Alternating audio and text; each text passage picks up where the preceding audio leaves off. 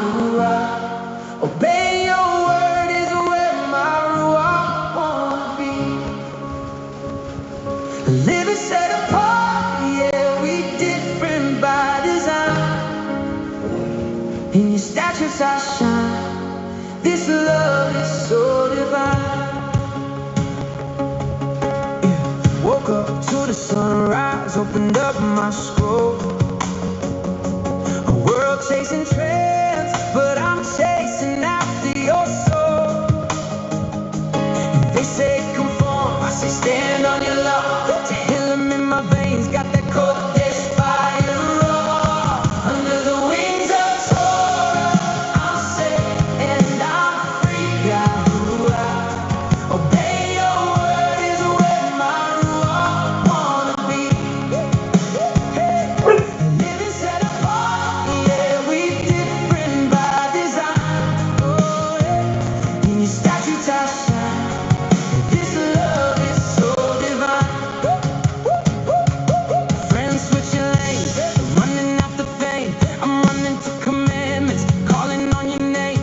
Yahuwah, my refuge under feathers I hide. Torah is my guide, in you I abide. Under the wings of Torah, I'm safe and I'm free. Yahuwah, obey your word is where my ruach wanna be. Living set apart, yeah, we different by design. Oh, in your statutes I shine. This love is so divine. Trials hit hard, but your law is my shield. Culture pulls left, but your way is the field. Feasts on my calendar, Shabbat my reset. Set apart life, best decision, yeah. Under the wings of Torah, I'm safe and I'm free. Yahuwah, obey your word is where my ruach wanna be. I live and set apart, yeah, we different by design.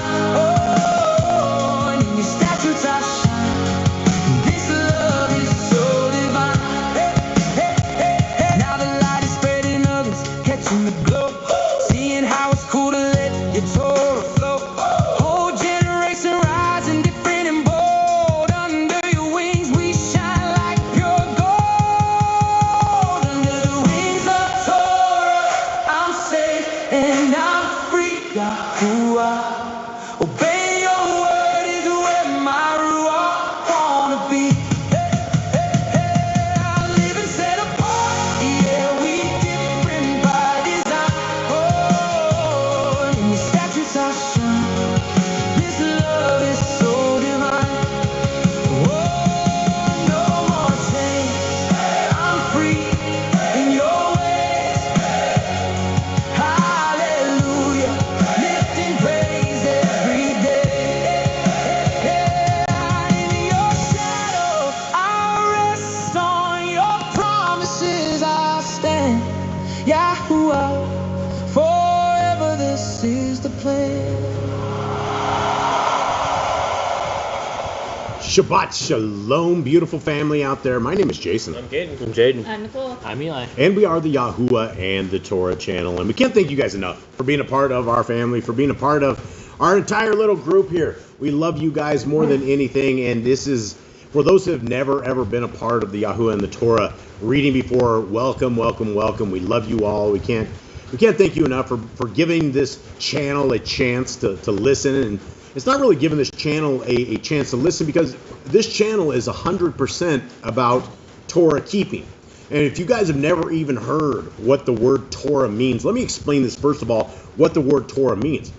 A lot of us have come to the understanding from these religious systems that Torah means law, and that by us having this law that is above us, somehow we don't get the greatness of life, like the bondage or the old ways of Moshe. It's just we're here in the 21st century, and really we have a new way forward, right? And this is what the religious systems will tell you. And I was having a discussion this morning with a brother who He's in prison, and he is he's a murderer. He actually killed 2 neo-Nazi guys at one point, and he's struggling right now between what he calls Judaism versus Christianity. And we've had some conversations before, but I've never had the conversation with this brother, and I did have this conversation today.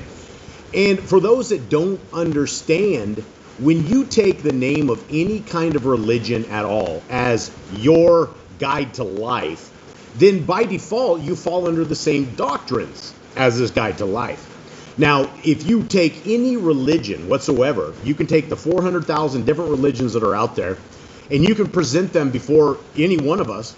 And when you see a set of doctrine, when you see things that are different than what scriptures say, then we have to come back to the understanding of, do we want to choose the way of our Creator? Do we want to choose the way of Yahuwah? Or are we good living in a world without organizational rules? Now, going back to this word law, I think the correct interpretation of the definition of Torah means instructions. So if we go back to that understanding of what the Torah is, we've been given a set of instructions. Now, it is inside this set of instructions that we learn everything. We learn how to treat our Creator. We learn how He wants us to how He wants us to celebrate Him, how He wants us to work during the week, how He wants us to take a day off, which is called the Shabbat day.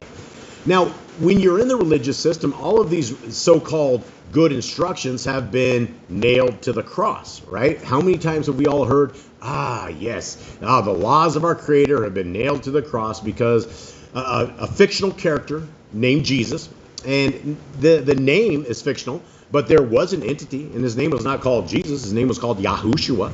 Some say Yeshua. And when you get the understanding that there were no J's in the Hebrew language, and the letter J wasn't even invented until the 1500s, then we have to come back to the same questions of, why do we call some guy a mythical name? And so all of this comes to the truth, and all of this comes to the Torah truth. And when we walk in the Torah, we very much learn what the truth is. Without the Torah, we're walking in darkness. Without the good instructions of our Creator, we are walking in darkness. And so it is with that all of us as a family would like to welcome all of you guys out there. We love you guys tremendously. And we got a couple of songs, praise and worship, and we have an incredible reading that we are going to do today. And some exciting news that, we're definitely going to share with all of you guys on this. So while we're doing this, let's get back into our praise and worship with song number 2.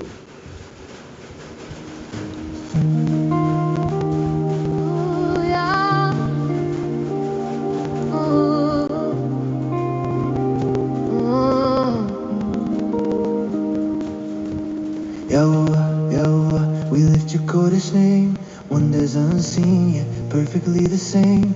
Great engineer, your commands we obey. It's foolish to stray, we choose your way today. Hallelujah, Yahuwah, pick Yahuwah right now. Obedient hearts, before your throne we bow.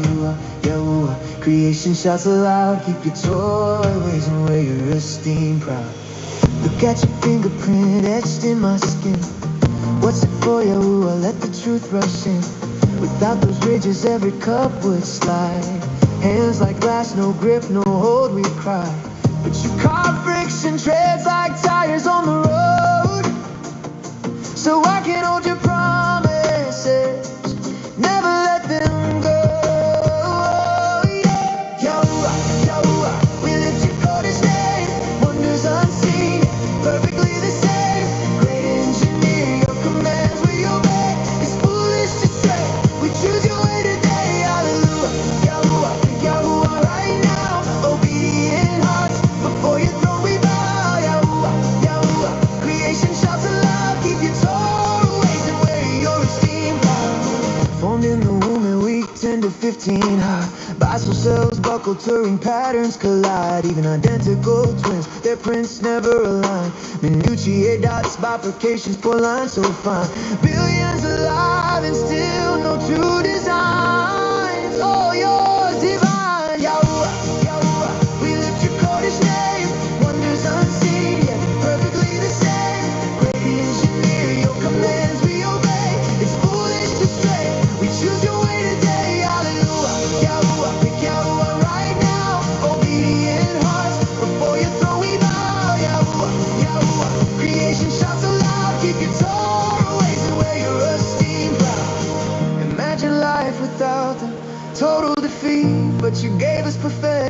touch so sweet. Sensitivity, heightened texture as we feel. Koala echoes it, yet humans reveal. Your signature never changes from birth till we're gone. Permanent blueprint of the master engineer, you alone. Yahuwah, Yahuwah, we lift your Kodesh name. Wonders unseen, yet perfectly the same. Great engineer, your commands we obey. It's foolish to stray, we choose your way today. Hallelujah, Yahuwah, pick Yahuwah right now. Obedient hearts, before your throne we bow. Yahuwah, Yahuwah, creation shouts aloud. Keep your Torah ways and wear esteem. Now hear the audio wave roll off my tongue. Vocal cords, vibrators shaped by palate and lung. Reverberates through teeth, sculpted by lips so true. Complex waveforms dancing just for you. Coakley, airsails bend in liquid grace. Frequency map fire, brain deciphers your praise. It's soon 20 to 20K. Foam is crystal clear, so every tongue can worship. Yahuwah, we're here. Yahuwah, Yahuwah, we lift your Kodesh name. Wonders unseen, yet perfectly the same. Great engineer, your commands we obey. It's foolish to stray, we choose your way today. Hallelujah, Yahuwah, pick Yahuwah right now. Obedient hearts, before your throne we bow. Yahuwah, Yahuwah, creation shouts aloud. Keep your Torah ways and wear your esteem proud. All the science bows to the wonders of our King. Yahuwah the creator, that's why the heavens sing. You said, keep my commands, obedience is life. Foolish to wander, chasing shadows and strife. Pick Yahuwah today, walk in his perfect light. The great engineer designed us for his delight. He lives your Kodesh name, wonders unseen, perfectly the same. Commands we obey, it's foolish to stray. We choose your way today. Yahuwah, Yahuwah, Yahuwah, Yahuwah. Obedient hearts, before your throne we bow. Yahuwah, Yahuwah, creation shouts aloud. Keep your Torah ways and wear your esteem proud.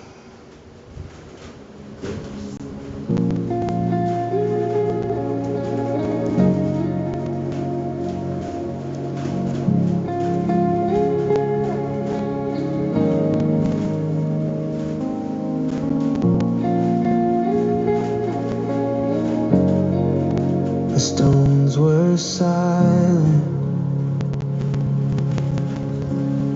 until Yahuwah taught them praise. I walked a road of heavy grief. No sound of joy, no sweet relief. The crowd was harsh, the sky was gray. I could not lift my voice to say, Baruch, Baruch, Kadosh is Yahuwah. Let all the earth awake and sing, for Yahushua is King. And I saw stones beside the way, as if they waited for that day. And Ruach moved upon the ground, and praise became a living sound. Baruch, Baruch, Kadosh is Yahuwah. Let all the earth awake and sing, for Yahushua is King.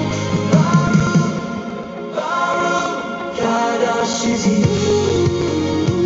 Let all the earth awake and sing, for Yahushua is King.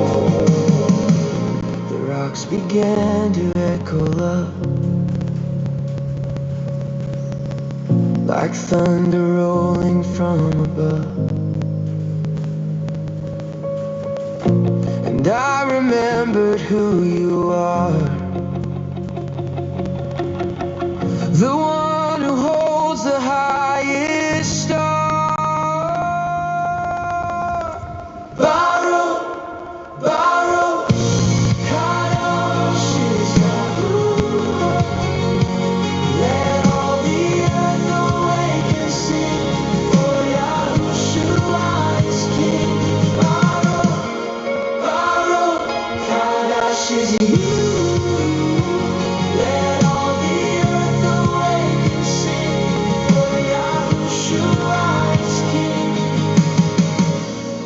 even when my voice is weak. I know creation still will speak. For every stone and every flame was made to honor your name. Baruch, Baruch, Kadosh is Yahuwah. Let all the earth awake and sing, for Yahushua is King. Baruch, Baruch, Kadosh is you. Let all the earth awake and sing, for Yahushua is King.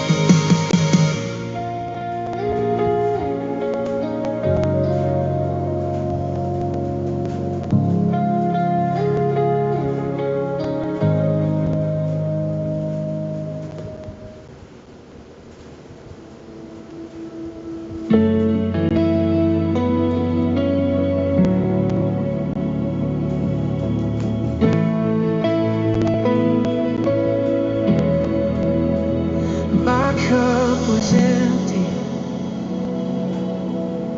until Yahuwah poured joy. I carried water but spilled it all.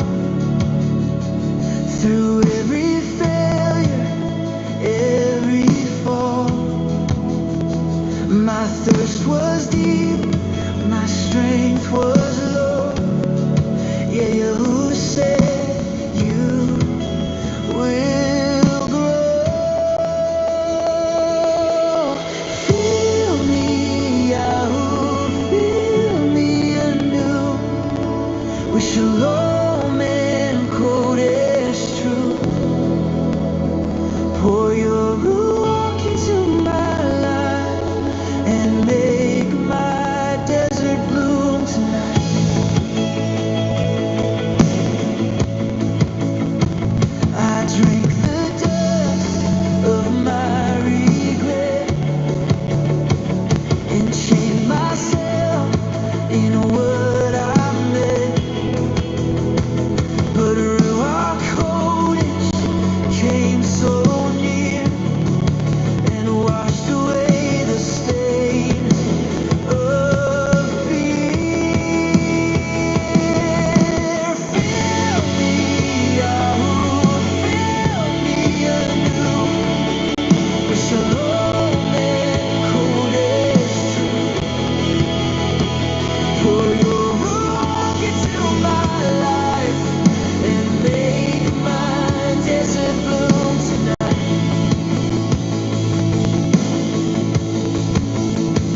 Then laughter came like living rain, and joy was stronger than my pain. I lifted hands and cried Baruch, for Yahuwah healed what was struck. Fill me, Yahuwah, fill me anew with shalom and kodesh truth. Pour your ruach into my life and make my desert bloom tonight. Now every cup I hold will be a sign of His love in me. For when my heart was at its worst, Yahuwah quenched my thirst. Fill me, Yahuwah, fill me anew with shalom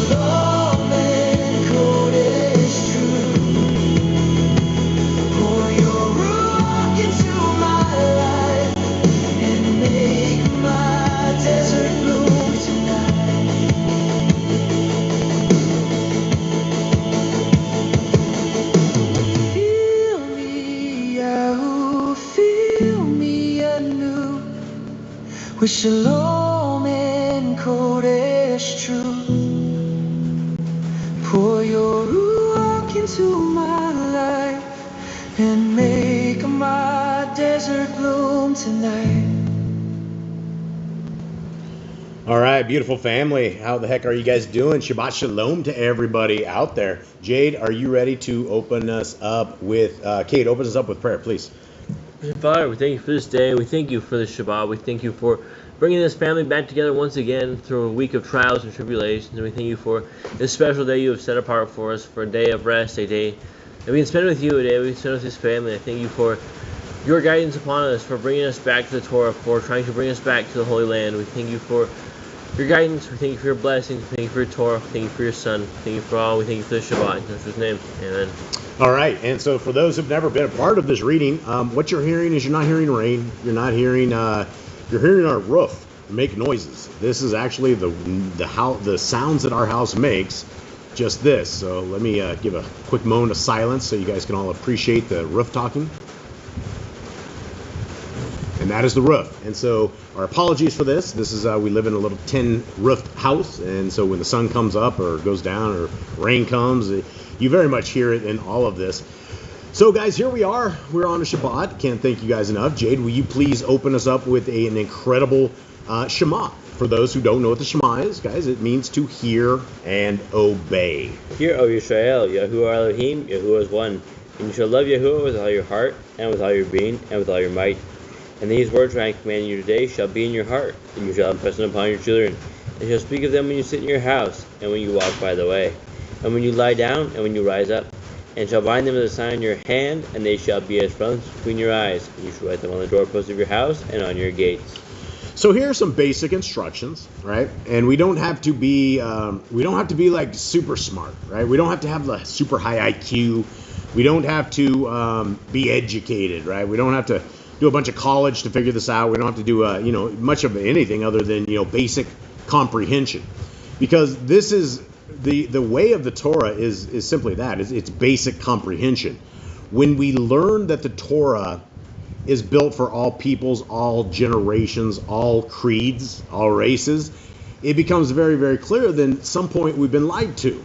Well, this lie that we have inherited, that the laws are in the trash or in a dumpster or something of the sort, well, it's hard to understand that when we have scriptures such as Deuteronomy 6 that very clearly talks about this is the Torah is not something, in fact it's you wouldn't want to nail it to the cross, because our instructions are that we need to love our Creator with all of our heart, mind, and soul.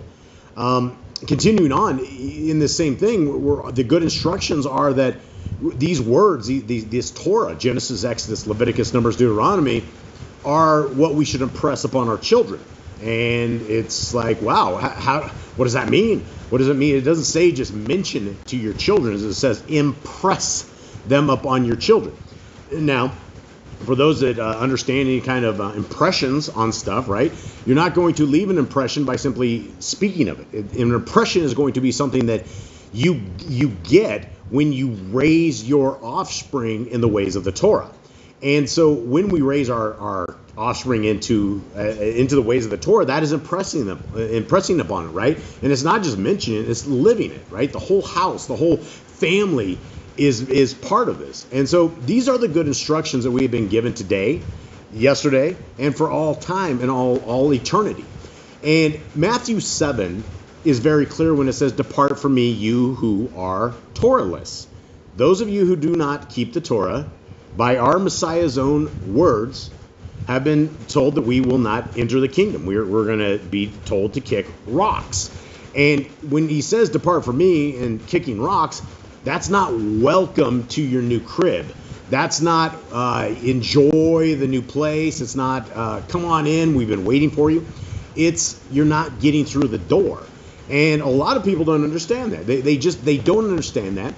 And the problem is when we take a religious system all of our lives and say, okay, this is what we believe, and this religious system is contrary to what scriptures say, then whose fault is this going to be at the judgment day? Who is going to pay the price of it? Obviously, the greasy kind of style preacher that told you this, he's obviously going to get a little hotter degrees. But at the end of the day, if us as a people, if us as an individual, if us as the people who can read, if we've rejected what the Creator has to say, whose fault is it? Is it anybody other than our own? Is it anybody else's fault that all throughout our 120 years that we were given to be alive, that we never once picked up this book that we had based salvation on, and we've never read it? And so this is what we would like to encourage everybody out there, that we read scriptures with you guys as a big family. We consider all of you guys out there brothers and sisters, and just like Messiah Yahushua said, those who keep the commandments of our Creator are truly our family. And this is a great thing, because all of our family has rejected us. All of our family, we don't even talk to anybody in the family. Very, very rarely do we ever do that, because we're the odd ones, right? We're the we're the sideshows when it comes to being set apart. And yes, we're sideshows because we don't eat pork. We don't worship Ishtar. We don't worship Saturnalia. We don't do all these kind of things. But to the rest of the world, it looks really weird. It looks like we are the sideshows. But the thing is, the sideshows are the people that are literally going to make it, right? When you are a sideshow in terms of Torah, that you're set apart, that you're different, that you don't look like everybody else, that's great. This is what we have been called to do. So with that, my friends and family, we thank you guys very, very much for spending this time with us here and in the future. And I would like to greet everybody out there also in the prisons. And it'll probably be a couple of years before all of you guys in the prisons will hear this. But the Boss Clan is getting ready to start minting up DVDs and shipping them off to the prisoners. And we started it off about 3 years ago when we did the Targums. And we started reading through that with all of you guys. And so we have a couple DVDs that we're going to be going. And this is the reason I encourage all of my family here immediately to be participating in this, and to make sure that they get a little thought in their little minds, that they will put it out on this. And the same for all of you guys out there, right? If you guys, we're going to be going over the Torah commands here in just a second. And when you guys get confused, or when something doesn't make sense to you, or if we need to sit and break down the Torah commands, we're here to do it. This is what we like to do, and this is part of our gig. And so with that, Miss Nicole, will you please greet our brothers and sisters? All right, so we have Joanna, Christina, Kayla, Gail, Grace, Sarah, Jeremy and Callan, Honeymoon Stitch, Sister Barb and family, Charles, Scroll and Jeanette, Genie Out of This World, The Grand, Rafael, Caleb and Amanda, still scrolling, Brandy and family, Rafa, Rick Johnson, Yahuwah777, Lynn and Jerome, welcome to you, new name. What's up, guys? Sue, still scrolling, walking his ways, haven't seen you for a while, so welcome back. And Trevor, still scrolling. We have somebody from a different channel, I think it's, I don't know, Sir5 2010. Sweet. Welcome to you. All right. Obi Lines, Chris, welcome. What's up? I think that's everybody. If I missed anybody, I apologize. Yeah, Yahoo777. I think you're talking about the bot. I think you're probably seeing the thing that says Restream. Mm-hmm. That's actually not a bot per se. That is actually a thing that distributes this chat across Rumble, across wherever else we got it. Eli, can you wake up and let us know? What's Facebook. Facebook, yeah. Not just trying to wake up Eli here. Okay, so let's get into this, guys, onto our thing. Nobody else there? I think I got everybody. If I missed anybody, I'm sorry. Okay, so let's get into our Torah commands. And so, guys, when we're looking at the Torah, it should be, it's a hip, hip, hurrah, Torah. It is something that we should all celebrate. This Torah is a beautiful thing, right?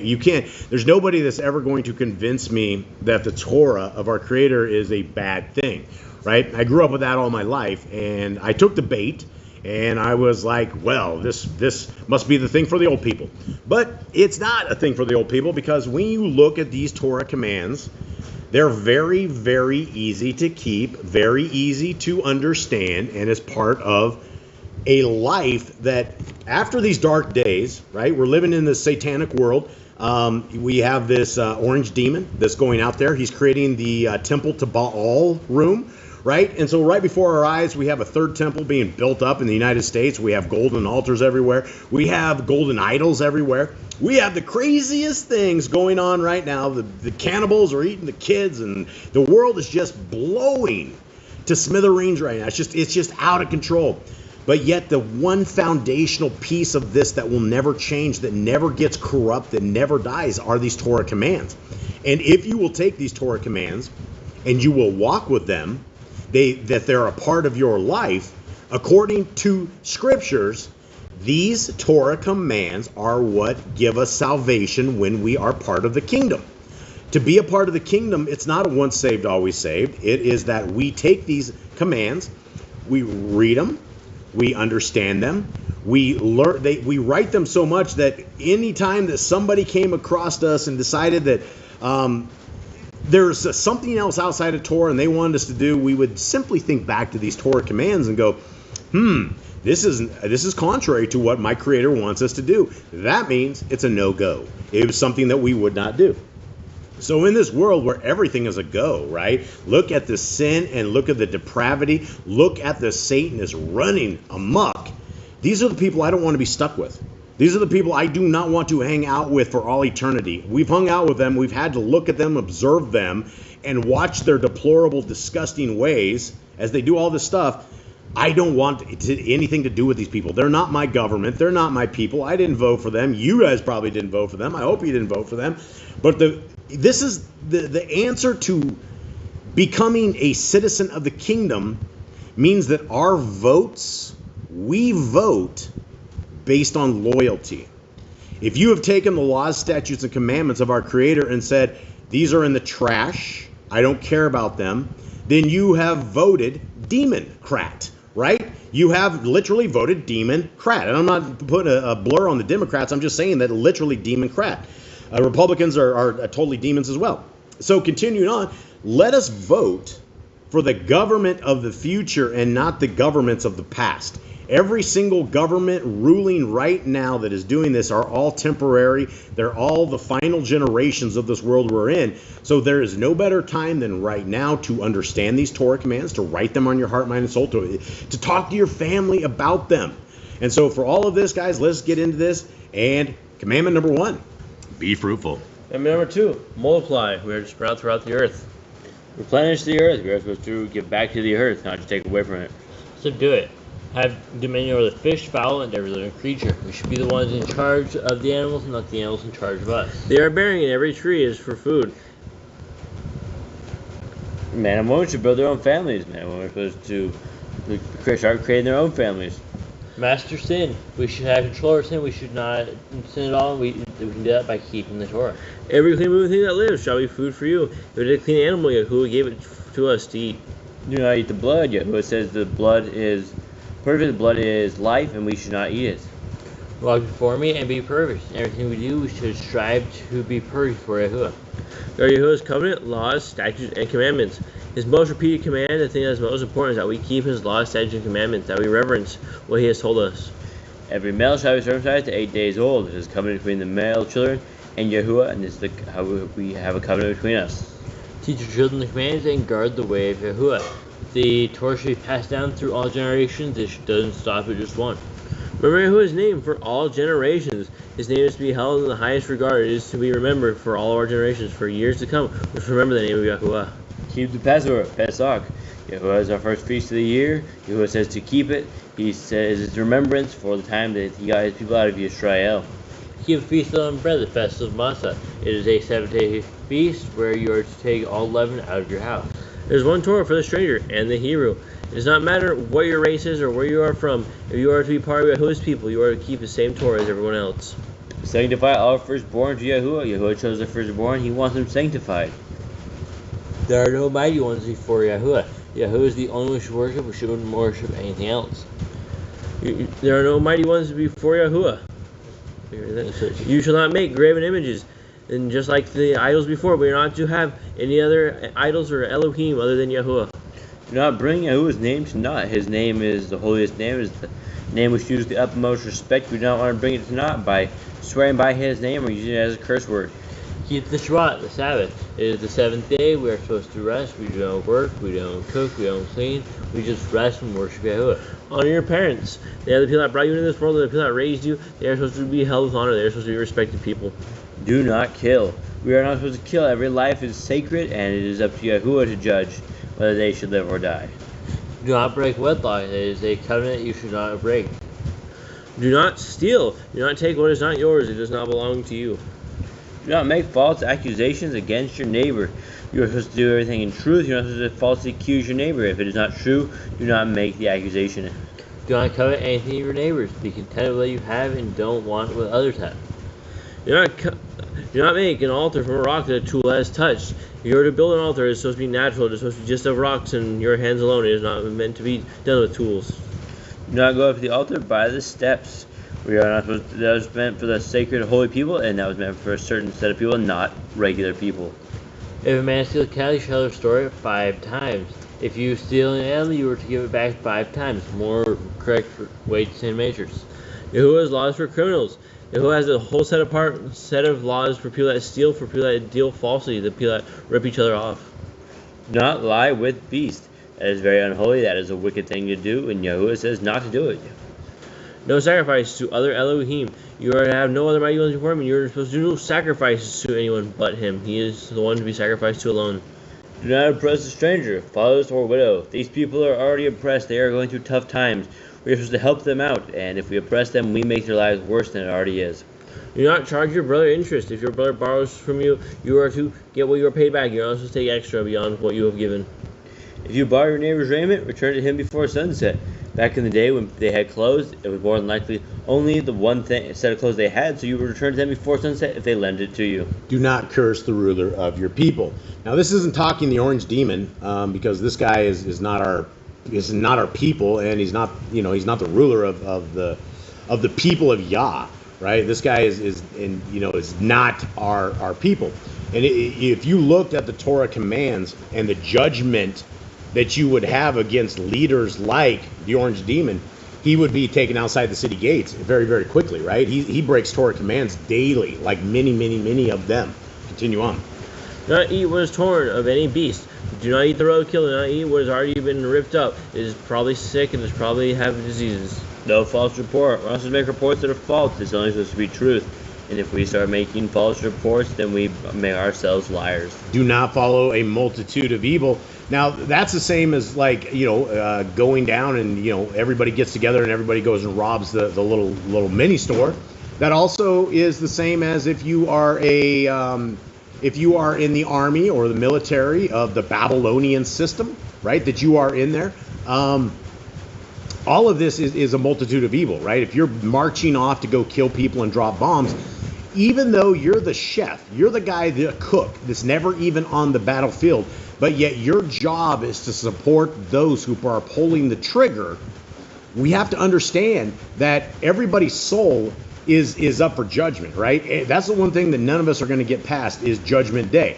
And Messiah Yahushua in the book of Nazarene very clearly tells us that everything that we do, either positively or negatively in this life, that causes a ripple effect that either does good or does damage, is going to be something that we're accounted for. So we're either going to be good or we're going to be bad. So as the chef or the janitor or the guy that has nothing to do with the battlefield, but yet you are supporting illegal wars, illegal operations for a country that is no doubt Mystery Babylon, well, we shouldn't be doing that. It's time to defect and to run away from all of that type of madness and work on guarding our soul. It's very, very, very important. Continue on. Not judge unrighteously against the poor. It does not matter if you are poor or if you are rich. Everything is fully judged according to the Torah. There should be no blinding of eyes. There should be no turning of heads when it comes to justice according to the Torah. Bring back your enemy's cattle if you find it going astray. If you see the cattle of your enemy going astray, bring it back. The cattle is not your enemy. The animal is not wronging you. Your enemy did, but so take care of the animals as they are Yahweh's creatures. Help the animals of your enemy. If you see an animal that has problems, help it out. Don't attack it. Don't just leave it there because it's your enemies.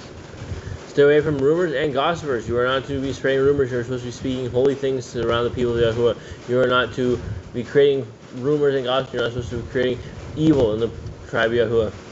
Take no bribes. Bribes blind the eye. It corrupts justice, and so you do not want to take bribes. You do not want to offer bribes. Stay away from these kinds of things.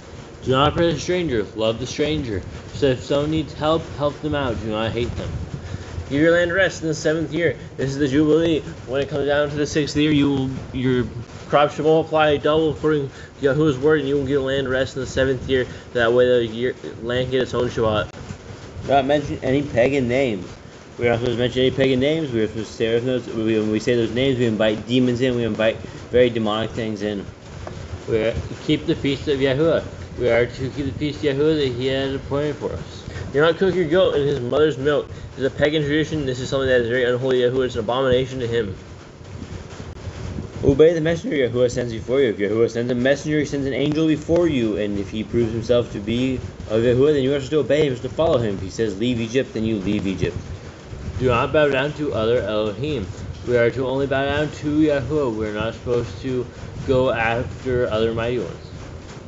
Make no other covenant with other Elohim or outsiders of the land. You are not to make covenant with the people that are the pagans. You are not supposed to join in with them. That will only bring you more demons and more issues. Do not make or use this anointing oil on a normal person. Do not make or use perfume on a normal person. Both of these things were special concoctions for the Levites. They were supposed to anoint themselves with. They were supposed to bless themselves with. And it was not for a normal man to make, but they gave us the ingredients how to make them so that it's not forgotten. So the Levites know how to make it. Do not eat the fat. That is part of the body that has a lot of toxins in it, and it belongs to Yahuwah. He likes the smell of it. Do what you say you are going to do. You are to keep your word. When you give an oath to something, you are supposed to follow through with it. You are supposed to do according to what you have given your word with. Return what is your neighbor's. If it does not belong to you and it belongs to someone else, return it to them. Give it back to them. It is not yours. Obey Yahuwah's dietary laws. You are to obey the dietary laws. You're supposed to, what He gave clean food and what He gave unclean food. You are supposed to obey this. You're supposed to follow this. This is for your life. This is for health. This is not a detriment to you. Women's time of separation. Women are supposed to have the time of separation, supposed to have time of rest, and when they are dealing with their monthly stuff. Obey Yahuwah's hygiene laws. You're supposed to stay clean, and there are ways to become clean when you're unclean. Keep the Day of Atonement, 𝐤𝐄𝐅𝐿. We are supposed to keep another day. It's not a feast day, it is Day of Atonement. We are supposed to repent for our sins. Once the Levites would go in and they would sacrifice animals for our sins so that we would have basically a time of repentance so that we could start the year off clean. Do not uncover the nakedness of your family. That is an abomination for Yahuwah, and you would put to death for it. Do not take your woman's sister for wife. If you have more than one wife, you're not supposed to take the sister of your current wife. It only causes more contention and more issues. You shall not sacrifice your children to Moloch. You are not supposed to sacrifice your children at all, but it specifically should not be to Moloch. Do not lie with a woman in her uncleanness. You are not to enter into a woman when she is unclean. Do not be a sodomite. You are supposed to, that is a very terrible abomination, and you put to death for it. Be Kodesh. Be holy. We're supposed to do everything according to Yahuwah's Torah. We are supposed to be Kodesh and be His people. And if we are breaking His laws and doing what it says not to do, then we are not being Kodesh. Do not reap the corn of your field, or you shall not glean your vineyard. You are supposed to leave a little part of your fields, of your crops, for the poor and the homeless and those who cannot provide for themselves. Do not deal falsely or defraud your neighbor. You should do things correctly and fairly with your neighbor, and you should not try and scam him. Do not lie or be a liar. Yahuwah wants honest people. He says you shall not lie. He says, this is a sin. This is a sin to the people of Israel. This is how Adam and Eve got kicked out of the garden, by a lie. Christina would like you guys to slow down a little bit. You're reading too fast. Yeah, absolutely. No, and let's touch on that thing. When it's, do not lie or be a liar. These are the commandments that, everybody knows the 10 Commandments, right? Everybody gets like, especially if you're in the Christian religion, right? They're like, yeah, we keep the 10 Commandments, but then we have that old pesky 4th commandment, right? That one out of the 10 Commandments, and I don't mean as a pesky one, but as in terms of a commandment that the people cannot deal with. It's the 4th commandment of the 10 Commandments. Now, we know there's a lot more commandments than 10, but the 4th commandment very clearly says to keep the Shabbat. And so that is one of these sticking points for those who are stuck in the satanic religious system, because they all come from a Sunday worship. And it's one of these things that there's no place anywhere in scriptures that we have that. But one of the cool things about the Torah, and if you guys, I think you guys would agree with me, right? Those who keep the Torah are going to be cool, good people to hang out with, right? Can you imagine hanging out with those who have nailed the Torah to the cross, right? All of a sudden there's like, do not lie or do not be a liar. If they don't keep the fourth commandment, what's a white lie? What's that, right? So basically, when we're around non-Torah keepers, and this should be right for Torah keepers, is that we're a different set of people. We're different structured, right? We don't hurt the disabled. We don't deceive this. We're not part of this nasty, nasty world where you have to wonder who's scamming who. And can you guys see out there? I don't know if you guys can see, but there is a ton of scams. Like, they are getting harder and harder and harder to detect. One of the scams is coming through that people are getting calls in the middle of the night, and the people are hearing that your mother has been kidnapped, right? The people that call in, and it looks just like that, and the mother's not kidnapped. It's just some dude somewhere that has you trying to send off your money in the middle of the night as you're in confusion. The worse the world gets, the more the scams are going, which means the better the Torah-based world of the kingdom is going to feel, right? If we could go outside in the kingdom and not have to worry about the rest of the stuff that we worry about right now because we live in a Torah-less world, it would be nice. That's just my sense. All right, roll on. Pay your workers for the day's wage they are due. And gentlemen, come around here. I want you guys to, we're going to do this thing, and everybody come around here, so we're going to scroll this so it doesn't go fast. Remember the old scrolly? Okay. And so let's go super, super slow. And so here we are right here is, where we at, everyone? Do not be a sodomite. Down. A little bit. Okay, here you are. Do not harm, pay your workers. There you go. Don't go past the scrolling and discuss it, guys, as you guys are rolling through it. This is a very important thing. This guy's in prison will love you guys for this. Go for it. Yes. Pay your workers for the day's wage they are due. You are to pay the workers for when they are due. You're not supposed to rip them off. You're not supposed to hold out their cash. Do not harm the disabled. They are already struggling as is. You should not try and make their lives harder by hurting them or attacking them somehow. Do not endanger your neighbor. You're not supposed to put your neighbor in danger. If you put him in danger, then you are possibly hurting him. Slow down, please. Go a little slower. Do not hate your brother. You are not to hate your brother. You are to love your brother. That is a person of Yisrael. Rebuke your neighbor for his sin. If you see your neighbor doing something, if you see him sinning, rebuke him. Tell him what he's doing wrong. And if not, bring others into it so that they can tell him what he is doing wrong. Love your neighbor as yourself. This is one of the greatest commands according to Yahushua, because you will not harm him, you will not rip him off, you will not lie to him. You will love your neighbor as yourself. Do not diverse your cattle. We're supposed to keep our cattle the same. We're supposed to have oxen and cow plowing together. Do not mingle your seed. You're not to mix multiple types of seed together when you are planting. Do not mingle linen and wool. In the event of mingling linen and wool, what you're doing is you're getting a vibrational frequency that is not healthy, right? And this is not saying that you can't put like wool over this stuff like linen, but you don't want to intermingle the threads between that. And these are the kinds of things that if you did not know the Torah, then you could get yourself in a lot of problems. And so if you took linen and wool and you made a piece of clothing out of it and you put it on, then you're going to be sitting there with these weird frequencies that are jacking up the human system. So when people are like, well, the laws are dead and on the cross, do you kind of see that this is a very big tragedy to make? Because simply linen and wool, we wouldn't know this. See, that was a great explanation, guys. There you go. Continue on. Do not lie with a taken woman.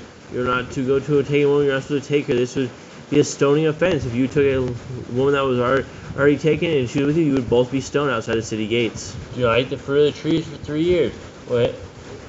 When you plant trees and they produce fruit, when they drop fruit, they're supposed to reabsorb them from the nutrients. You're not supposed to take them. Do not practice sorcery. Sorcery is black magic. It is demonic possession. It's stuff we're supposed to stay very far away from. So we are not, the people of Israel are not supposed to be with those people. We're supposed to have them on our land. We're not supposed to do anything with that. Do not round your beard or the corners of your head. You are not to stylize your beard in the ways of the pagans. You are to grow your beard out or not have it at all. Do not cut yourself for the dead. We're supposed to keep our bodies clean and pure. We shouldn't cut them for the dead. Do not get tattoos. Yahuwah does not want us to mark our bodies. He made us in His image, and if we start adding on to it, we deface the body that He gave us. Do not prostitute your daughter. This is a sin to say graves, and this should be a stoning offense. If you did this, you were to stop this. This is evil. This is very wicked in the eyes of Yahuwah. Yeah, and it's not just the commandment. You're not just breaking prostitution, but you're more than likely is you're breaking a whole bunch of commands, right? You're breaking adultery. There's also loving your neighbor as yourself. There's when you prostitute your daughter and your daughter's young, you could also say that that's breaking do not harm the disabled, because those who are younger and don't have like full-on world experience, and you're doing this to them. See, it's not just that we're breaking one commandment, but usually when we get into a problem, we're breaking multiple commands, which is why we really need to know the Torah. Do not defile your temple. Your temple can be your body. It can be the temple Yahuwah created. We're not supposed to defile either one. Take care of both of them. Do not consult the medium. You are not to go to the black magic and sorcerers. If you were to go there, you were to be stoned outside the city gates. This is the reason Saul lost his life in the battlefield, because he went and consulted the medium. Respect your elders. They are older than you, they've been around longer than you, and they are wiser than you, so you should listen to them. Have correct weights and measures. Yahuwah wants us not to rip off people. He wants us to be honest in everything we do, in our work, in our life. Everything should balance out. And again, this is the joy of the Torah, right? If we were all in a Torah-based community, and this government of everybody that's like, I accept the Torah, I want to do the Torah, then you wouldn't get ripped off. Like, we go to the store, look at that. The box of cereal in the States is $10. I mean, this is a straight up rip-off con job that they're doing. And everything that's going on is not good. But this is why I yearn to live in a Torah-based society, to where we have these laws and regulations that the rest of the world doesn't have. Do not walk in the manners of the nations. You are not to go in with the nation. You are supposed to celebrate their festivals. You're not supposed to do their pagan traditions. You are to walk according to the Torah. You are to walk in holiness and not in the pagan world. Keep a feast of first fruits, Shavuot, or Pentecost. It is a high Shabbat. It is 50 days after the Passover, and we are not to work or do anything on that day. Keep the Feast of Trumpets, Yom Teruah. It is the day of blasting, our shofars. It is the day of Yahuwah, says the blasting, and it is also going to be a day of calling. It's a calling out to Yahuwah. Keep the Feast of Sukkot, Shemini Atzeret. This is the time when we celebrate, and booths is the time when we celebrate being outside, waiting for Yahushua to return as a remembrance of the children of Israel in the booths. If you blaspheme the name of Yahuwah, you shall be put to death. If you take his name in vain, if you use his name wrongly, you would be put to death for it. If you kill your neighbor's animal, you must give him another. If you, for some reason, your neighbor's animal ends up dead, you have to repay. Give him another of the exact kind. It's supposed to be, everything's supposed to be equal. And as again, more things in a great society of Torah-based. This is the world I want to live in. We're not here yet. Repay injury for injury. You are to, back in the day, you were supposed to repay the injury for injury. Yahushua said, turn the other cheek, but Yahuwah wanted equal pay. He wanted things to be made right. Honor the Yobel, Jubilee year. Whenever the Jubilee year comes around, Yahuwah wants us to obey it, and he wants us to follow it. Confess your sins, Yahuwah, and repay who trespass against. If you have sinned, tell it to Yahuwah, confess to Yahuwah, and repay however you can to whoever you have sinned against. The Torah of being a Nazir. If you were in the Nazirite covenant, you were to stay away from the fruit of the vine. You were supposed to stay away from uncleanness. You were going to grow out your hair until the end of your covenant was over. Wear zizi on the four corners of your garments. Yahuwah wants us to wear a tassel, zizi, and it's a remembrance for him to show that we are his people and that his commands are always around us. The Torah of whoever touches a corpse. There are ways of whenever you touch a corpse, how you'd be unclean and how you would clean and to become clean again after touching a corpse. Follow Yahuwah's law of inheritance. Yahuwah had a specific way how he wants people to receive their inheritance, how that is supposed to be done. Law of keeping your oath to Yahuwah. Yahuwah wants us to keep it. When you make an oath to Yahuwah, you have to keep it. You do not swear to Yahuwah and then break your oath. It is a grave sin, and if a woman or a daughter was to make an oath, her husband or dad can stop her from the oath. He can deny the oath, but men have to obey their oath. Do not add or take away from the word. One of the most important things that Christians do, they take away from the Word. And we should listen to everything in the Torah and not take away from it. Guard your soul. You are to protect your soul by keeping the commands of Yahuwah. You are to guard the soul. You are to protect it with everything you have. Learn to fear Yahuwah. We are supposed to fear Yahuwah, or to have respect for Him, or to obey Him. If we spit on His commands, or say they're on the cross, and we are not fearing Yahuwah. You shall love Yahuwah with all your heart, and everything that we do, we should be loving Yahuwah. He should be on our mind at all times. We should be keeping His Torah and love Him. Bind the Torah, the laws upon your hand, and the frontlets between your eyes.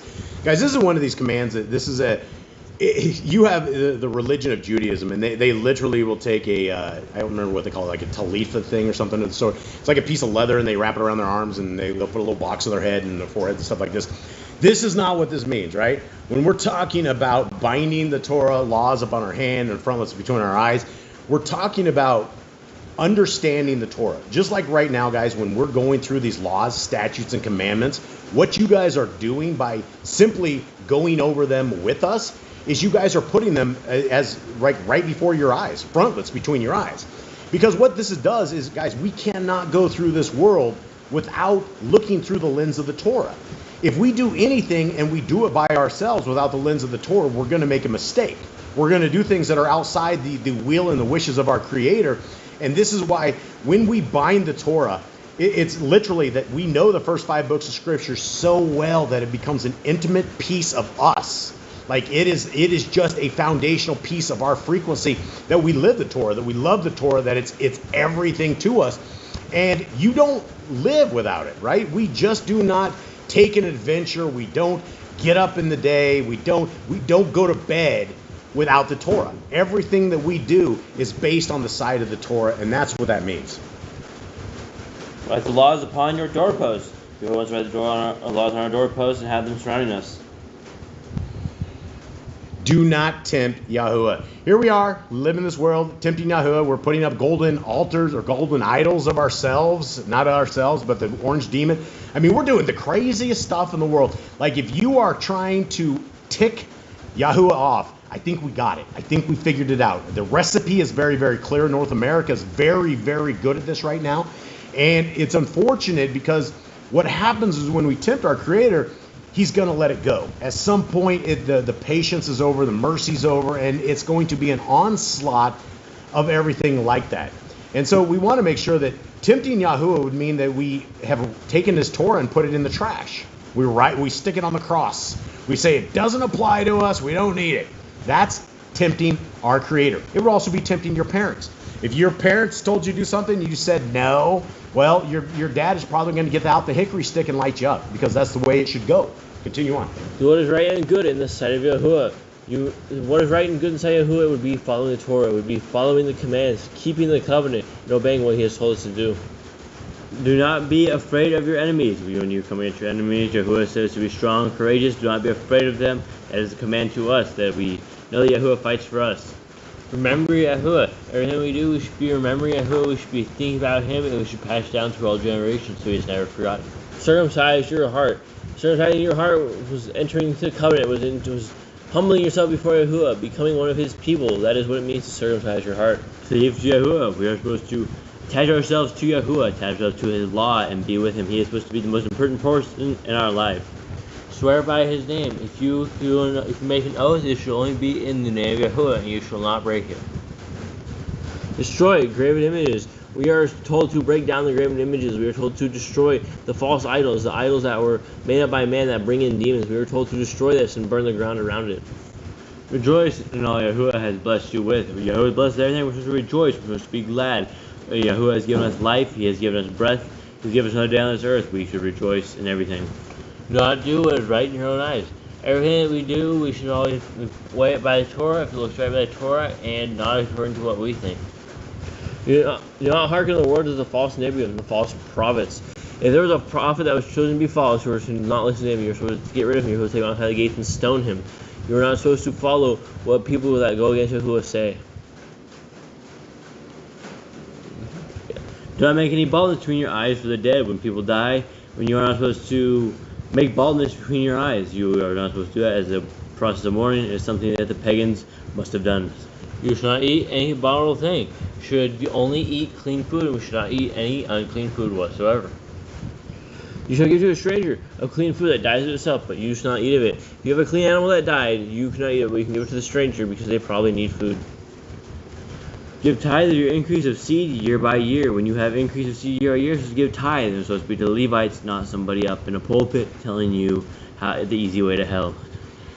The Torah laws for the end of the year, 7-year release. The Jubilee, we have I like to keep reminding us that this is the right kingdom, right? This is the right constitution. This is the right set of rules and guidelines. Where are we at here? Sorry. The laws. Which one? Sorry. The last 7-year release. Yeah, so the 7-year release, sorry guys, I'm getting old. The years of this, basically, the government of the kingdom has a 7-year release, right? If you had some problems in a 7-year span, well, you wouldn't all lose your house. You wouldn't enslave yourself forever, right? There is a way out. Everybody's restored, right? The slaves is with you for 6 years. On the 7th year, they either stick an awl through their ear and decide they're going to hang out with you, or they're going to get paid and they're going to get sent on their way. And they're not going to just to get sent on their way. Good luck, have a good time, right? But they're going to have money and they're going to be able to start their new life. That is the government of righteousness. This is Yah's kingdom, guys. This is how. Look how terrible the rest of the world is when Yah's kingdom government is amazing. Do not borrow from the nations. You are not to be in debt of other nations. You are not supposed to be owed by them, because when you owe people, you are under their control. You are under their command. And then Yahuwah said, "Do not borrow from the nations." He does not want us following other people. He does not want us under the foot of pagan traditions. And you can see right now what's happening with borrowing from the nations is all the insurance companies and all the mortgages and everybody is just doubling and tripling up everybody's stuff. I mean, we're all doomed because we have broken this command. We have borrowed from the nations. Sarah has a question. Hi, Sarah. On the laws of inheritance with blended families, does it follow the mom's or the dad's line? So blended inheritance. How now? What's the question? On the laws of inheritance Yep. with blended families, does it follow the mom's or the dad's side? Well, it follows the dad's side. I mean, that's the way it's always followed. The males it's always been a male's thing. It's not really, unless the only time that we have that is if the male died and there were girls inside of the inheritance, and would fall into the female side. But I mean, this is all the male's side is the inheritance side, right? But I think that answers it. I hope that does. Okay, carry on, Phyllis. Where are we at? Do not harden your heart nor show your hand from the poor.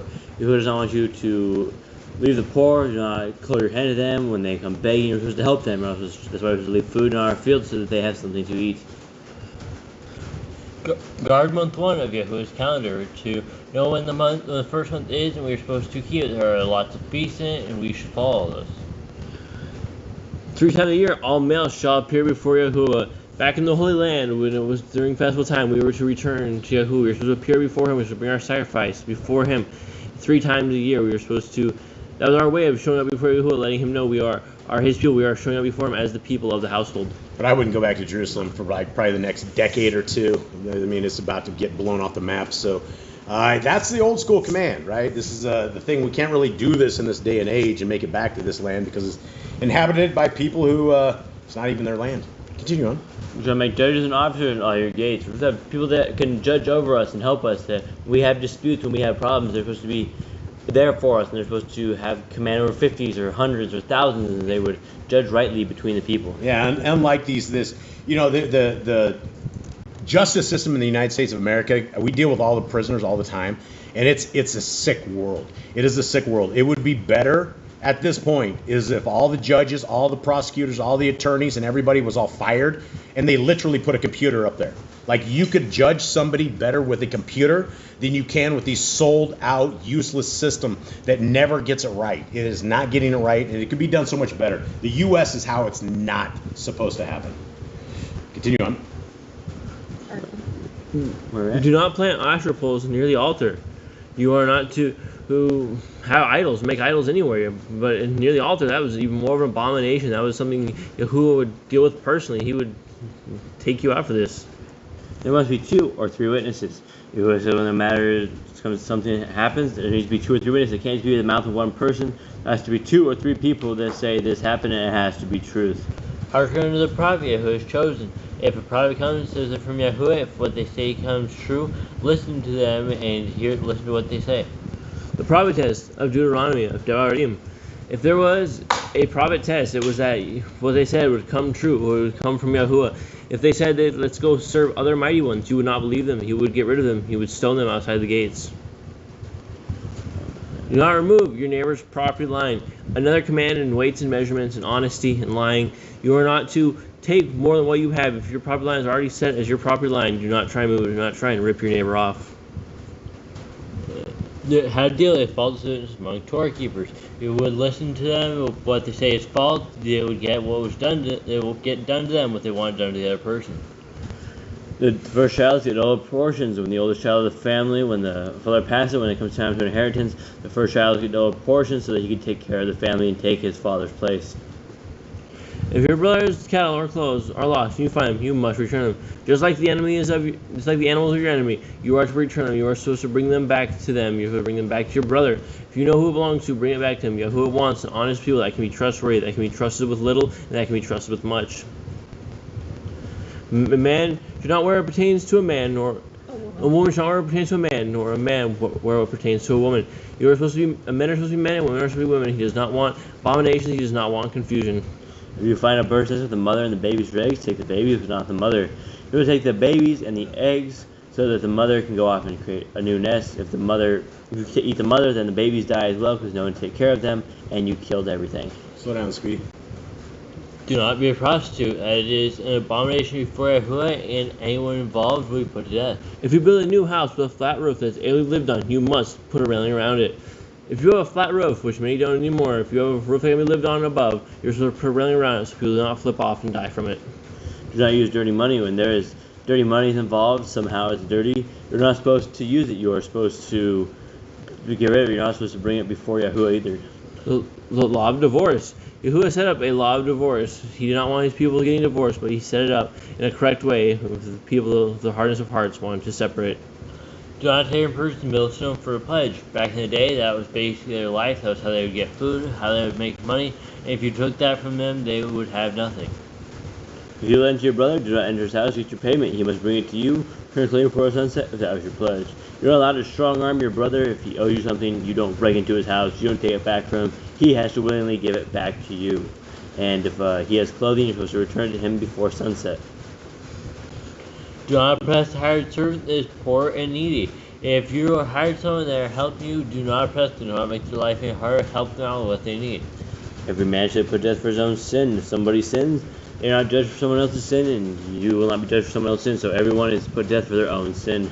Do not go back for the forgotten sheep in the field, for the stranger, fatherless, and widow. Just like not clearing out your entire field. If you left something, you obviously had too much of it, and it was for the poor, it was for the people that cannot provide for themselves. Do not muzzle your ox when he treads out the grain. If you have an ox and it's working for you, do not starve it. Let it eat while it's working. If your brother dies and has no child, you shall take the firstborn and name him after your brother. In order to honor your brother, in order to build a family in his name, to take care of his wife, you were to take the child, you were supposed to name him after the brother so that he can continue on the legacy in the name of his brother. At the end of 7 years, you are to read the Torah, the Feast of Sukkot, the Feast of Tabernacles. Every 7 years, you were to read the Torah so everyone could hear the Torah, because they weren't all able to access the Torah back then. So there you go, everybody. These are these beautiful, tremendous, astounding, great idea commands that we've been given. And my apologies for us reading a little too fast. That is something that is, we're a family of IT people. And I don't know if you've ever heard these IT people go, but they speak a little too fast. And so we work hard to slow down speaking, but sometimes it doesn't go well. And we have to remember that we do need to go much slower. So thank you for that reminder. I do appreciate that. And let us get into this. So we are into an incredible, we're getting into the very first one that we're doing. And this is Bereshith. This is Genesis chapter 1. Now, the first time we read through this when we were doing live 3 or 4 years ago, we were reading out of the Targums. It was literally before Yah Scriptures was to the point of production that we could actually read it with you guys. And so we were still reading it with you, but we were reading out of the Targums. And that was an interesting read. There's a lot of interesting stuff of the Targums in of itself. It's not necessarily one that we would say is a great scriptures, but it's something that it's something to take note of for sure. And there's it doesn't get any more wholesome. It doesn't get any more in the beginning than Genesis 1, right? because this answers for all of us the questions of how do we get here? Well, we live in this crazy world, and for a while, you had all of these scientists and all these people that were telling us about, we were this little tadpole, and the tadpole swam around, and then it got some like frog legs, and the frog legs jumped out of the water, and pretty soon it started like flopping along, and then it grew a body, and then pretty soon the gills went away, and pretty soon there we have humans. But yet we have this theory of evolution, but yet we still have monkeys, right? Isn't that the craziest thing? They're like, well, we all evolved from monkeys.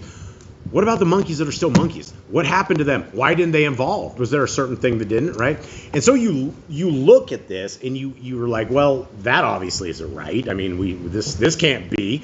And I've talked about it so many times, and I know a lot of you guys can just walk outside. You have a nice place to go. You can go walk out and take a nice jaunt. Hopefully you're out of the concrete kingdom. But everywhere that you look out here in these jungles, my Creator lives, right? I can't deny my Creator when I look at the creation that is all around us. When I look at, right outside our door, there's 3 or 4 papaya trees. Now, the 3 or 4 papaya trees, I didn't plant a papaya tree out there. At some point, we were probably macking on a papaya and threw it out there, and somehow it grew. And then that thing had some offspring, and there's papaya trees that are growing out of rocks. There's all this crazy stuff. And you look at the trees, you look at the birds, you look at the insects, you look at the harmony of the little critters eating the littler critters and the bigger critters going down, and the birds coming along eating those. It's just a cycle of life. And if there was 1 degree of anything changing, like if we didn't have mosquitoes, right? If we didn't have mosquitoes, that would destroy the cycle of what we have right here. If we didn't have fleas, if we didn't have ticks, all of these things are part of the cycle of nature that our Creator has built, and He built it in perfection. So let us get into the reading of Bereshit, Genesis chapter 1, and let us see if we can get to some truth in this. It's going to be an interesting one, so stick around, guys. In the beginning, Elohim created the Shamayim and the earth. So, for those who know other translations, the Shamayim is heavens, but this is the Hebrew word of Shamayim. And so we know the basics of Genesis 1:1 is that we had a Creator, and Elohim is not His name, but it's a title, and it is Yahuwah created the heavens and the earth. Let's begin. And the earth came to be formless and empty, and darkness was on the face of the deep. And the Ruach of Elohim was moving on the face of the waters. And Elohim said, let light come to be. And light came to be. And Elohim saw the light, that it was good. And Elohim separated the light from the darkness. And Elohim called the light day, and the darkness He called night. And there came to be evening, and there came to be morning, day 1. Now, a lot of people will say, Jason, we celebrate Shabbat, sunrise to sunrise.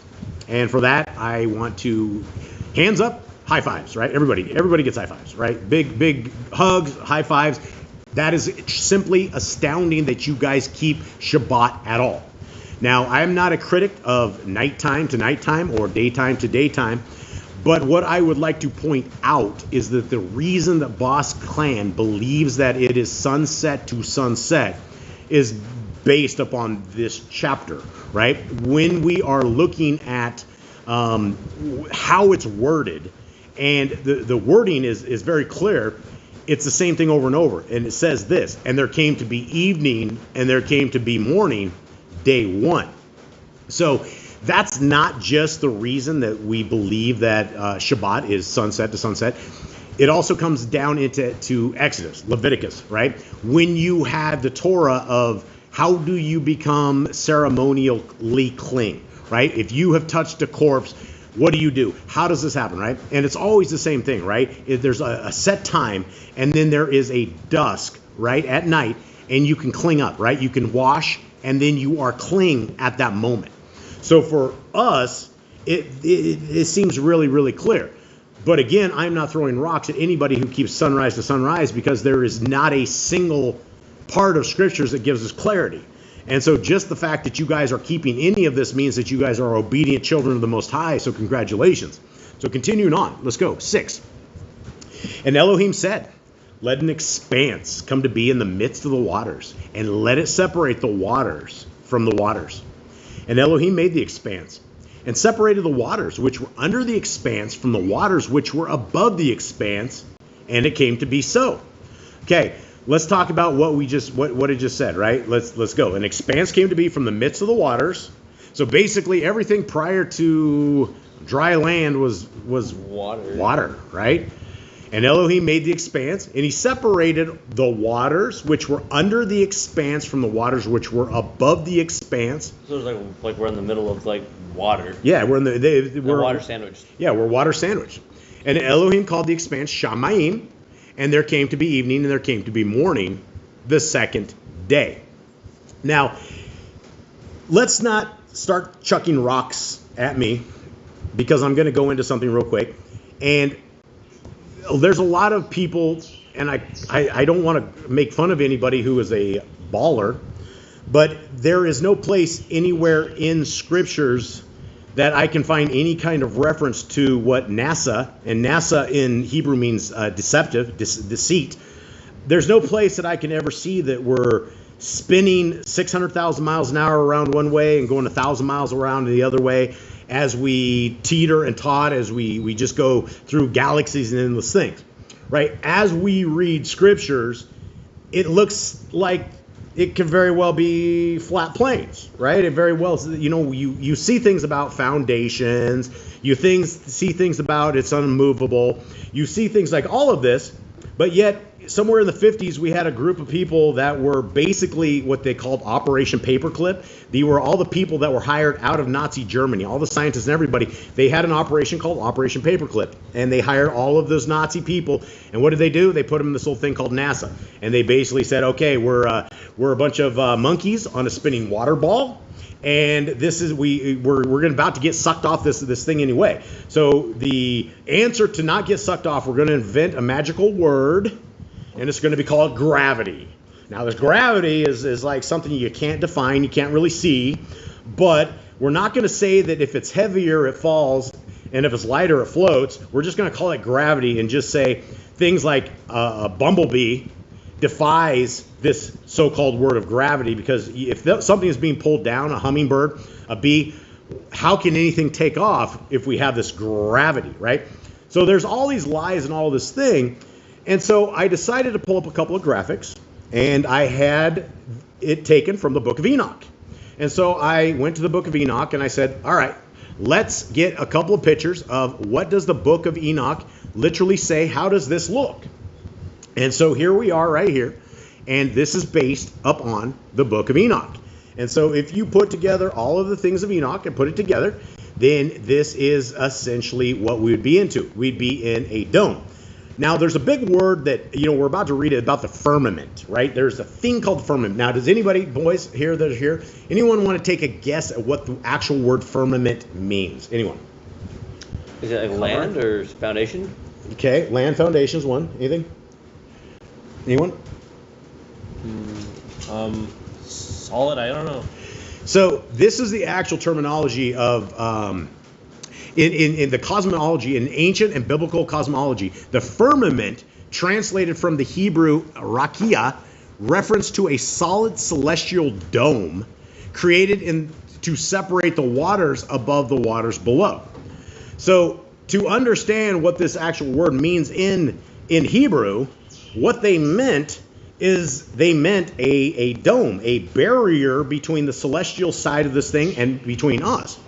And so here we are, as we are looking at possibly what the shape of the world could be. And, again, I'm not going to buy this NASA stuff anymore. I've lived this, but let's all take a quick look at this. Now, a lot of people will go, well, how do satellites work? And the first thing I will tell you is you don't find any pictures of satellites. When you look for pictures of satellites, and guys, I've been in the tech world all my life, high-end tech world, right? I see all this kind of stuff. So, I mean, if you show me a picture of something that should be floating above our heads and it looks like a cartoon and there's no legit pictures of it. So we don't have any pictures of satellites. We don't have any pictures of supposed rockets that make it to the outer space. right? They show us pictures of like garbage bags on top of like metal in the thing, and they're like, look, we're on the way to Mars. Okay, well that sounds incredulous, but let's according to what the scriptures say, let's continue on. So, questions? Do you have a link for the picture? I don't have a link for the picture, but I'm sure that if somebody gets a hold of us somehow, I can send them all this. I went out there and I Googled some of these. There's a couple of different pictures in here, right? Here, let me show you guys this one. This is actual, this is before. I mean, this is not something I drew up. This is what they believed the earth looked like back in like 1800s, right? They thought the earth looked just like this. And then you look at the flat earth map and you're like, well, that looks a lot like the same. People are like, well, why doesn't the water just fall off? Well, it's in a dome. I mean, so anyway, there's obviously deception right here, right? And we're just, we'll never know until the end is here. But are we allowed to mention the UN logo? Oh, the UN logo. Yeah, the UN logo as well is also the flat earth map. Strange enough as it is.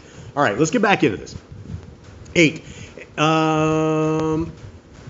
Let's go start with 8. And Elohim called the expanse Shamayim, and there came to be evening, and there came to be morning the second day.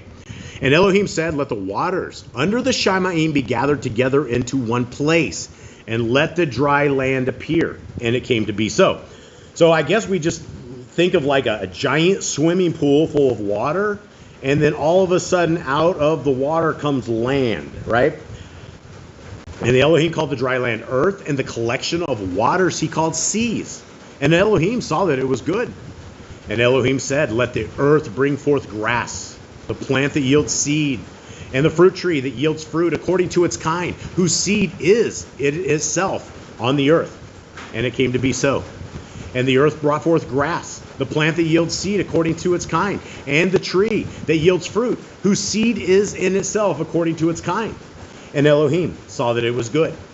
And there came to be morning, and there came to be morning, there came to be evening, and there came to be morning the third day. And as I was trying to sit there and think about this, and as I jacked up that verse, this is the same thing. This is another witness of morning, evening, and morning. Why does it say there came to be evening and there came to be morning? And a lot of people dismiss this. They'll go, well, that's just the way it is. Is it? I mean, wouldn't us as people, when we say morning to evening, isn't that how we've been trained? But yet, what a Hebrew day is from evening to evening. So let's continue on. 14. And Elohim said, let lights come to be in the expanse of the Shamayim to separate the day from the night, and let them be for signs and appointed times and for days and years. And let them be for lights in the expanse of the Shamayim to give light on the earth. And it came to be so. So right out of the gate, we're building the world, right? And I got some cool pictures on some stuff on this here as well. 16. And Elohim made two great lights, the greater light to rule the day, and the lesser light to rule the night and the stars. So here we have a description of the sun and the moon, and it says that it is a nightlight. It's a nightlight. But yet we have these people that they said that they went to the moon with their duct tape and rubber bands, and they made it through this Van Allen belt and radiation, and were able to make it back and forth and no problems at all, right? It's just like it is now, right?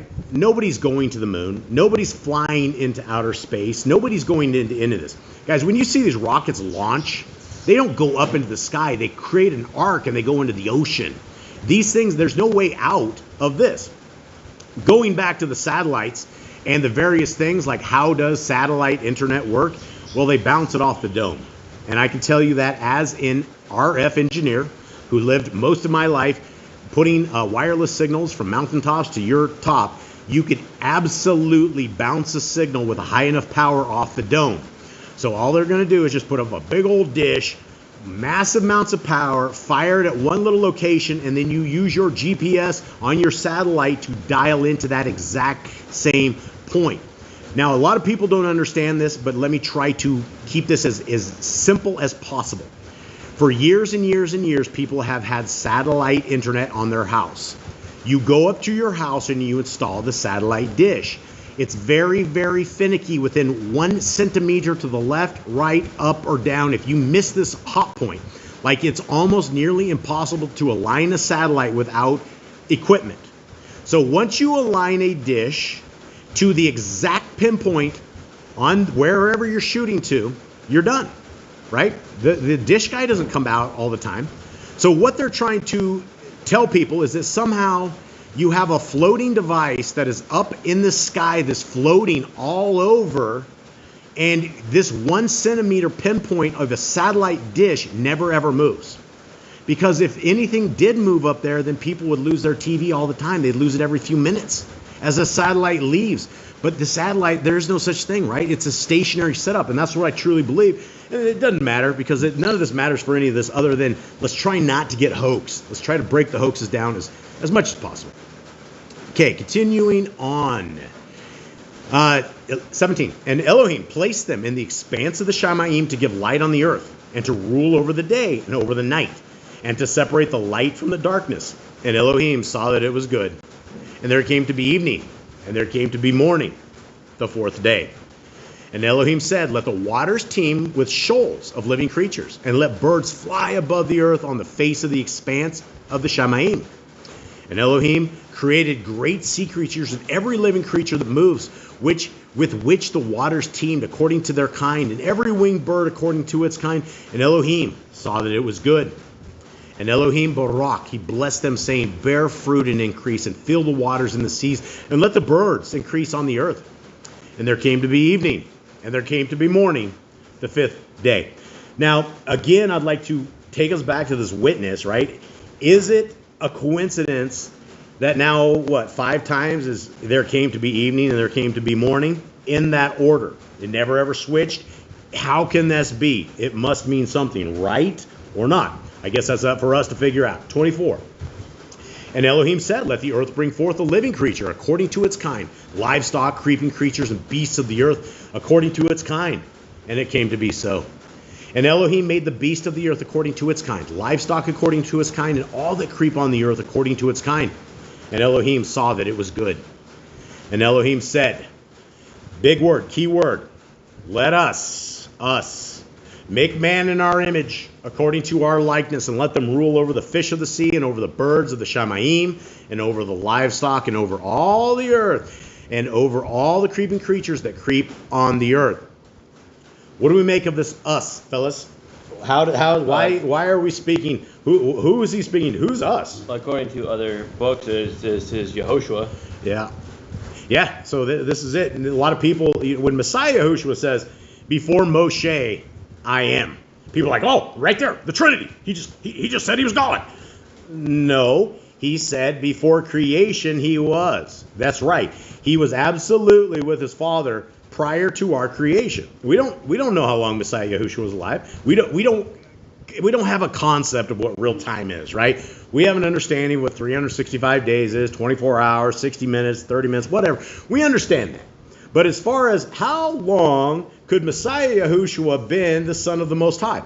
It could be our billions and billions of years. We have no idea what that world was like, or it could be even longer than that. We just don't know.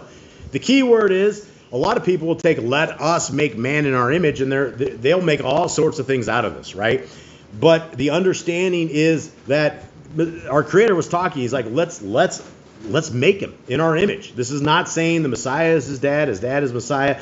It's not saying that our Creator has a wife. I've heard that before. I don't know if that's true. I've never heard of it. I've never read it anywhere. Maybe the sun is male, the moon is female. We know things like this. We don't know, right? But we can't take too much into it other than we know that Messiah Yahushua was with his dad. And so that makes this statement completely true. 27. And Elohim created the man in his image. In the image of Elohim, he created him. Male and female, he created them. And Elohim barak them. And Elohim said to them, bear fruit and increase and fill the earth and subdue it and rule over the fish of the sea and over the birds of the Shamayim and over all the creatures moving on the earth. Okay, so guys, those who have been with us long enough that read the Torah commands every single Shabbat, right? These are where the Torah commands were built from. We went through it before 3 years ago. Prior to that, like 4 or 5 years ago, we went through this series called The Unknown Commandments of Yahuwah, because we did not know how many commandments of Yahuwah there were. We heard the Jews, they said there's 613 of them. We started counting them and started reading what they considered commands, and they said the same thing like 5 times over. And so we knew there couldn't be 619, or 13, or whatever they say, but we didn't know how many there were. But this is where we began this quest to find this, and these are some of the very first commands that we ever have. We get commands in Genesis chapter 1, be fruitful, right? And this is all part of it. 29. And Elohim said, see, I have given you every plant that yields seed, which is on the face of all the earth, and every tree whose fruit yields seed. To you it is for food. Now this is something interesting, right? We don't have animals being in our food, right? Our Creator right here did not say, go have a steak. Didn't have everything. You know, there's so many people, they'll get hooked up on this stuff, and like prior to this, we're supposed to be a vegetarian, or prior to this, there's a lot of things that we don't understand, but we do know from Genesis chapter 1 that it didn't seem like these guys were meat eaters, right? And I wouldn't imagine in the Garden of Eden that you would have Adam go cut a cow's throat or something, right? It just seems like more of a peaceful place. You know, the animals, talking back then, doing all this kind of stuff, and they would have not very nice things to say if Adam is trying to cut their throat. So it's something to think about. And I don't think people say that all the time. Well, it's based upon this. We're only supposed to be green eaters. Guys, there's a lot of valid reasons for both carnivore-style diets and vegetarian-style diets, or a mix of it, right? It's not a sin to eat meat, right? We have Leviticus 11. That gives us our dietary laws that very clearly say this. But back at Genesis chapter 1, it wasn't so defined, right? It was plants, animals. It was plants, not animals. Continuing on. And to every beast of the earth, and to every bird of the Shamayim, and to every creeping creature on the earth in which there is breath of life, every green plant is for food, and it came to be so. And Elohim saw all that he had made, and see, it was very good. Again, the last witness here, guys, and there came to be evening, and there came to be morning, the 6th day. Amazing. What an incredible book. Gentlemen, what did you guys get out of that? Come on. I mean, that's the day of creation, that's the very beginning of everything, of our whole world, so that's the beginning of everything. Yeah. What do you got? Kate, you got anything? He said like a lot of it was very good. Like everything he did, he was very happy with how everything turned out. And there's very rarely time we hear Yahuwah is very happy with how his creations are ending up. So this is a very important thing for him when he created this. All right, let's go down the guessing game. On the day of creation, this day when Yahuwah put everything built everything, right? Basically, this is day 1. And he put all the animals together. He put all this stuff together. Do you think that he had a laboratory, that he had been working on these things for billions of years prior to this, or did he just go kablooey and it's all perfect? And when I say perfection, guys, if we lost half the fish in the sea, it's going to kill off the world. If we lose the birds, it's going to kill off the world. If we lose certain things, it's going to change absolutely everything in our environment. So my question is to all of you guys, including Sleeping Eli, is did he make this on this day to perfection, or had he been working on these for all these years? Anyone? I think he'd been working on them. I mean, we had the messengers. We know he had the messengers. We had Shine. He had definitely some sort of creations already up there, so he had something already in mind. Do you think, and answer that for me, Jay, do you think it was... I mean, I think he had probably done some kind of testing. I mean, obviously he created something before. I mean, he has his son, he has the messengers, he has wherever he's reigning from. So yeah, I mean, he's definitely... So you think he has a lab?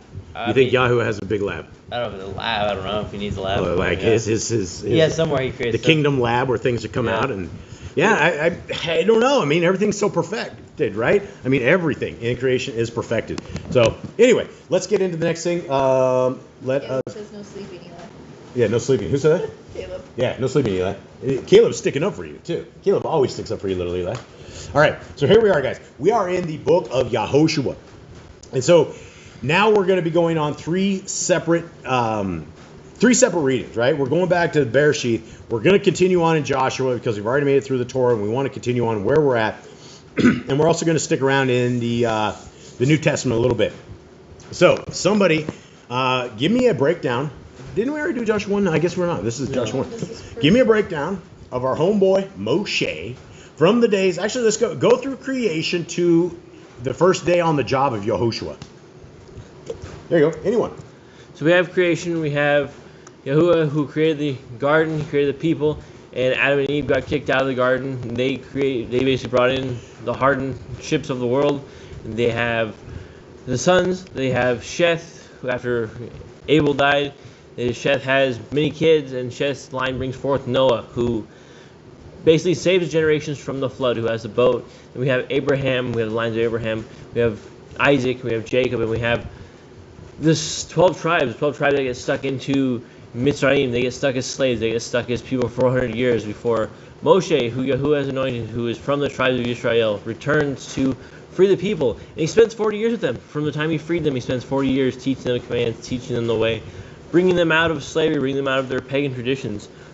And from those pagan traditions, he fights for 40 years. It's just 40 years of struggle, 40 years of issues, to the point where he couldn't even make it to the land. It was just such a struggle. He couldn't even make it to the land because of how frustrating these people were. But he dies. He gives up the ghost, and he puts Jehoshua in charge in front of the people and said, "This is your new leader. This is going to bring you into the land. Reverence him. He is the one that is going to take my spot." And so now we are here with Yehoshua. I believe Yehoshua was quite old himself here. I believe he's around 70, 80 right here. He's 90. He's 90? He's old. He's old too. So he's kind of got experience with this. He doesn't have like the relationship Moshe had with Yahuwah, but he has an idea of what to do, so he's going to try and save these people. Yeah, and so let me see. Can you read Jeremy's thing on the meat part of, it's just down just a little bit. He said quite a few things. But it's just talking about eating meat was, considering that a sin. It says, what was the offering to make the coats of the animal skin for Adam and Eve? And then basically we got to say offering and sacrifices weren't done is also incorrect, as Cain and Abel were making offerings. The one right that involved before that, animals. right under that. I can't see, my screen's too small. Anyway, to say eating meat is a sin is making a grave error in one's idolatry. Yes, absolutely. That is very, very, very clear. And we've had these discussions with people before, right? And they basically pick up the rocks and start chucking them at you because you eat meat.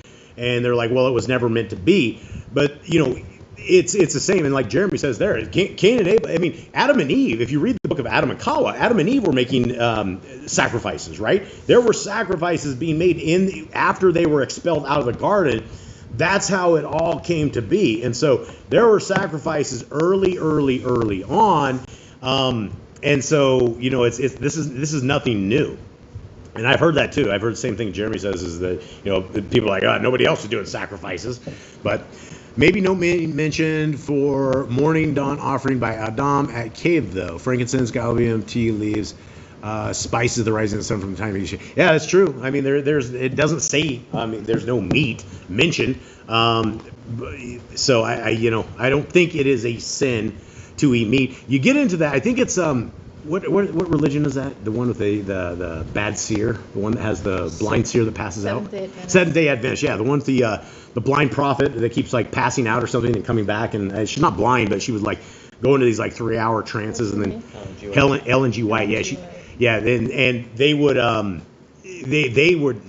say that like eating meat makes your man like a lustrous guy or something like that. I mean, she came down here, we were like eating meat, and I'm like, oh boy, I don't know what to even think. So yeah, it's tough. I mean, we got to look at scriptures right? You can't just look at Genesis 1 and say, yeah, we're vegetarians, right? Nobody else ate everything, because everybody else is eating meat, right? We have Passover lamb. I mean, like, what do we make of this, right?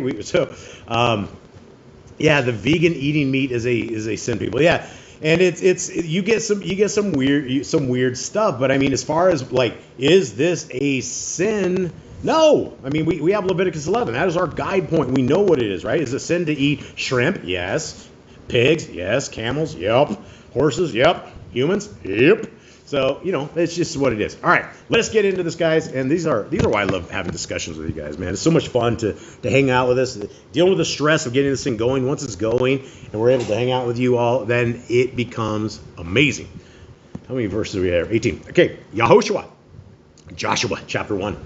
And it came to be after the death of Moshe, the servant of Yahuwah, and that Yahuwah spoke to Yahoshua, son of Nun, the assistant of Moshe, saying, Moshe, my friend, my servant is dead. So now arise, pass over the Jordan, the river, the Jordan, you and all his people, to the land which I am giving to them, to the children of Yisrael.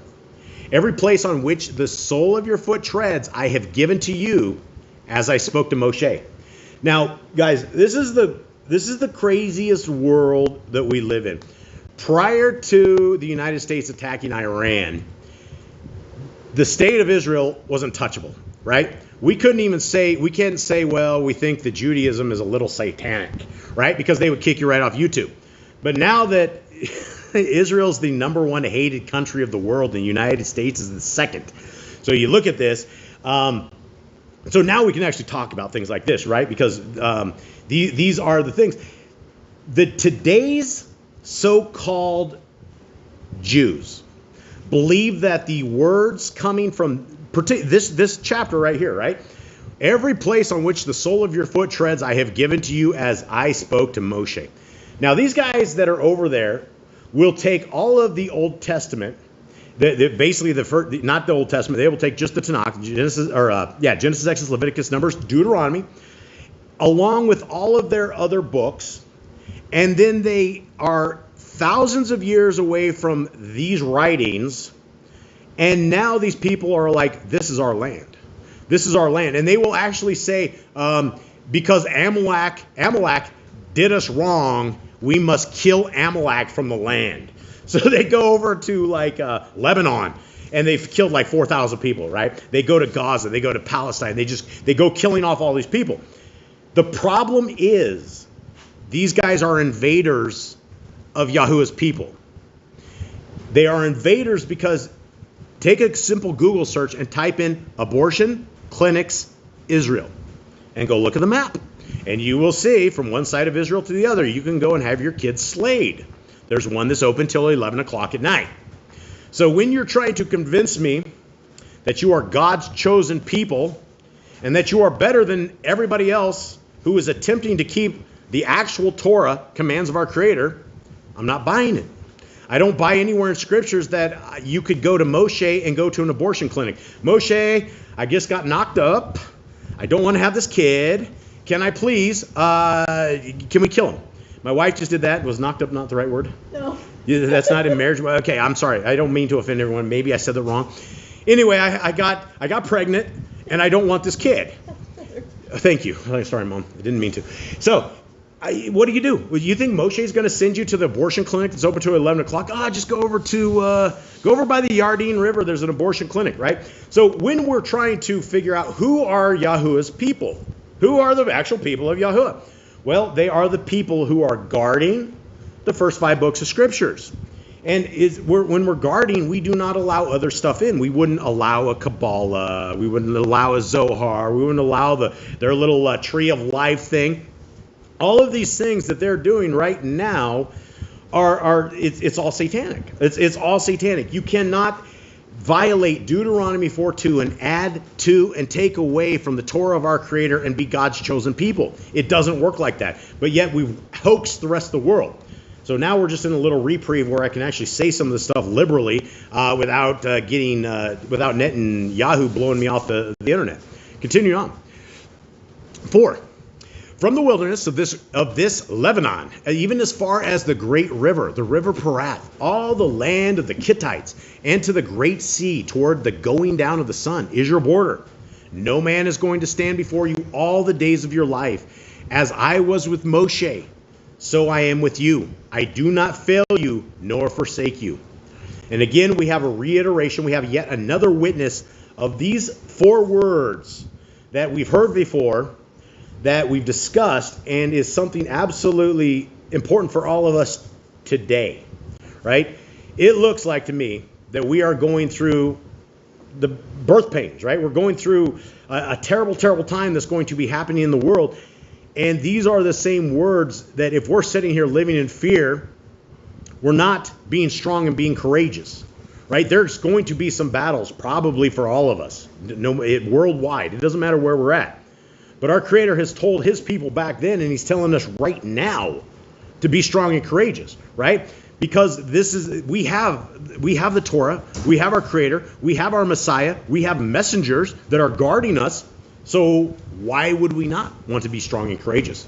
7, only be strong and very courageous, to guard to do according to all the Torah which Moshe my servant commanded you. Do not turn from it right or left, so that you act wisely wherever you go. Now, guys, remember that Torah command, guard the Torah commands of Yahuwah that are reiterated over 53 times in the first 5 books of scriptures alone? Well, here's number 54, right? This is number 54. It's reiterating it, continued on. We're out of the original Torah, but yet this is what we have. These are the instructions by the mouth of our Creator to Yahushua, to anybody who considers themselves the people of Yahuwah. What do? What is the message? Only be strong and very courageous. We got it. We want this. But to do what? To guard, to do according to what? To all the Torah which Moshe, my servant, commanded you. Now, when you tell people that this is for all times, that our Torah is not just for that generation, but it is all times, it is all peoples, it is everywhere. It is for today, tomorrow, and forever. Well, Moshe gave us yet another witness. Don't go to the left. Don't go to the right. Right? That little path, that little road past that gate. We hear about that in Matthew 7, right? We hear about the little gate. There's a little gate. It has a way to get in. Most people make it through the gate. But then there's this wide road of destruction, and people are topping to the left and the right, and they're just dropping off. It's the same thing when Messiah says, right? Sometimes the seeds are planted on rocks. Sometimes they go deep in the soil. Sometimes they get roots. And this is what Torah-based people are, the people that have roots. And you never get roots unless you read the Torah. You will never become a child of the Most High unless you read the way of rooting your own life. Do not let this book of the Torah depart from your mouth. What? Joshua, what are you saying? Yahushua, what are you saying right here? If the laws are dead, they're on the cross, they're in the ditch. What do you mean when you say, do not let this book of the Torah depart from your mouth? Okay, well, I guess that clears out nailed to the cross, right? Right outside the Torah, we hear, do not let the book of the Torah depart from our mouth. But what do we do with it? We meditate on it day and night, so that you guard to do according to all that is written in it. For then you shall make your way prosperous and act wisely. Guys, this is it. And this is number 55 reiteration. We barely make it out of the Torah. And the largest Torah command that is in the Torah is now continued on. And we have another 2 commandments, right? We just got another 2 commandments to reiterate the same commandment that we have. It's the same thing. So here we are. Don't let it depart from our mouth. Meditate on it day and night. Okay, it's not in the trash. 9, have I not commanded you? Be strong and courageous. Do not be afraid, nor be discouraged. Why? Because Yahuwah our Elohim is with you wherever you go. Friends, family, I can't see a world that's looking good. I can't say a year from now it's not going to be civil war all the way around the world because of the famine that they are orchestrating all around us. They are literally taking away power resources, gasoline, electricity, natural gases, everything that is important. And, you see the stock market going to the moon. Nobody can figure it out, right? All these companies, everything's going to the moon. Why is everything going to the moon when the rest of the world is getting destroyed? Well, because you have all of these companies that are ripping out all the employees. They dump 40,000 employees and bring in AI. They're making a lot of money, right? 40,000 employees there, 8,000 here, 20,000 here. They're just getting dumped left and right. And these companies, all these companies that have been out there that we have invested in through all these years, now they're really, really rich. All of a sudden they have 40,000 less payroll. So now the bosses get really rich, everything. So yeah, they're going to do great. They don't have to have humans in there, right? They got the AI. Boom. So we'll see what happens. We'll see what happens to the world. It's not going to go well. 10. And Yahushua commanded the officers of the people, saying, pass through the midst of the camp and command the people, saying, prepare food for yourselves, for within 3 days you are passing over this Yarden to go in to possess the land which Yahuwah your Elohim is giving you to possess. What I missed? I have pictures of the river. Gotcha. Thank you. Okay. So this is what I want. This is something I want to talk about, guys. This endeavor right here. These guys are going over the Jordan River, right? They're going over the river. This is the same Jordan River that every single one of us have the opportunity to go over, right? If you're looking for a religious system that defines you, what would it be, right? Are you going to be called a Christian? No. What about Muslim? No, I don't like those values either. Well, we know that we have for ourselves Torah, right? That sounds like a good thing. But Abraham, Father Abraham, was a Gentile. He was a Gentile. He came out of the land of Gentiles, all of these other things. So there was no Jews back in the days. There was no religious system. What Abraham was called, which he identified as, which may be the best title for all of us, is called a Hebrew. Now, Hebrew, the word means crossed over one. Crossed over. What are we crossing over? Well, we're crossing from death to life. We go from Torah-less to Torah. We go from Messiah-less to Messiah. We go from those people to the people, right? And so if you're ready to pass over the Yarden, if you're ready to go into the Jordan, it's the same instructions that we had back in the day. It's also the same blessings, and it's also the same curses. Now, remember when Moshe was talking to the people just a couple chapters before, and he says, you guys are going to go over there, you're going to do great things, but you're all going to go in captivity. You're all going to get taken in. You're all going to ignore the words of our Creator. You're going to go into idolatry. You're going to go into harlotry. You're going to do all this kind of stuff.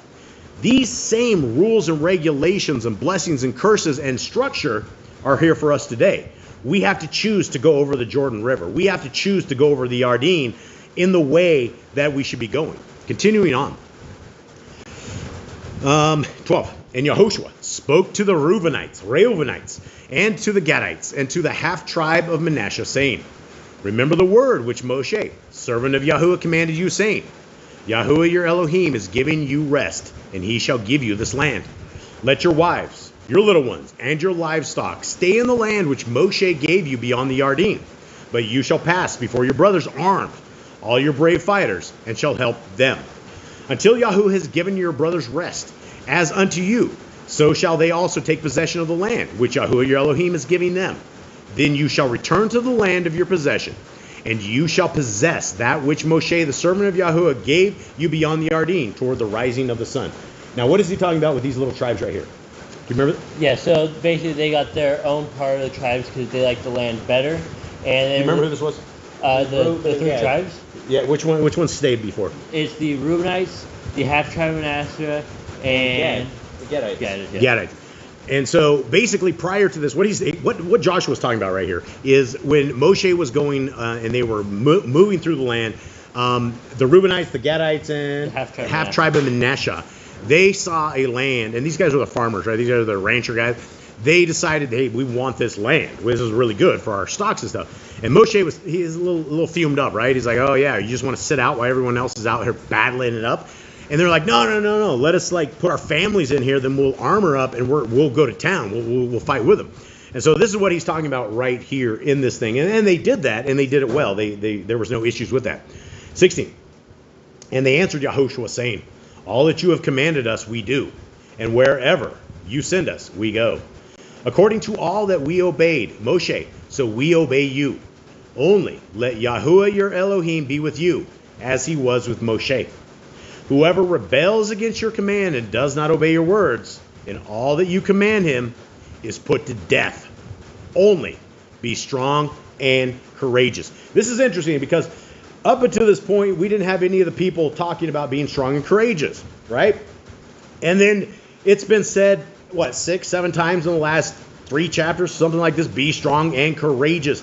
Now the people, they might be getting it, right? Because the last 5 words of this is only be strong and courageous. Now they're talking more about Yehoshua, right? They're like, we're good as long as Yahuwah's with you, and that, just remember what Yahuwah said, be strong and courageous, right? Reiterating it, right? So obviously the words didn't fall on deaf ears, but you can look at this, and there probably was a problem with a little bit of courage, right? Probably a little bit of weakness, right? Not everybody wants to fight. Not everybody wants to get into a fight. Not everyone wants to battle to the death. It's some people just, it's not for them.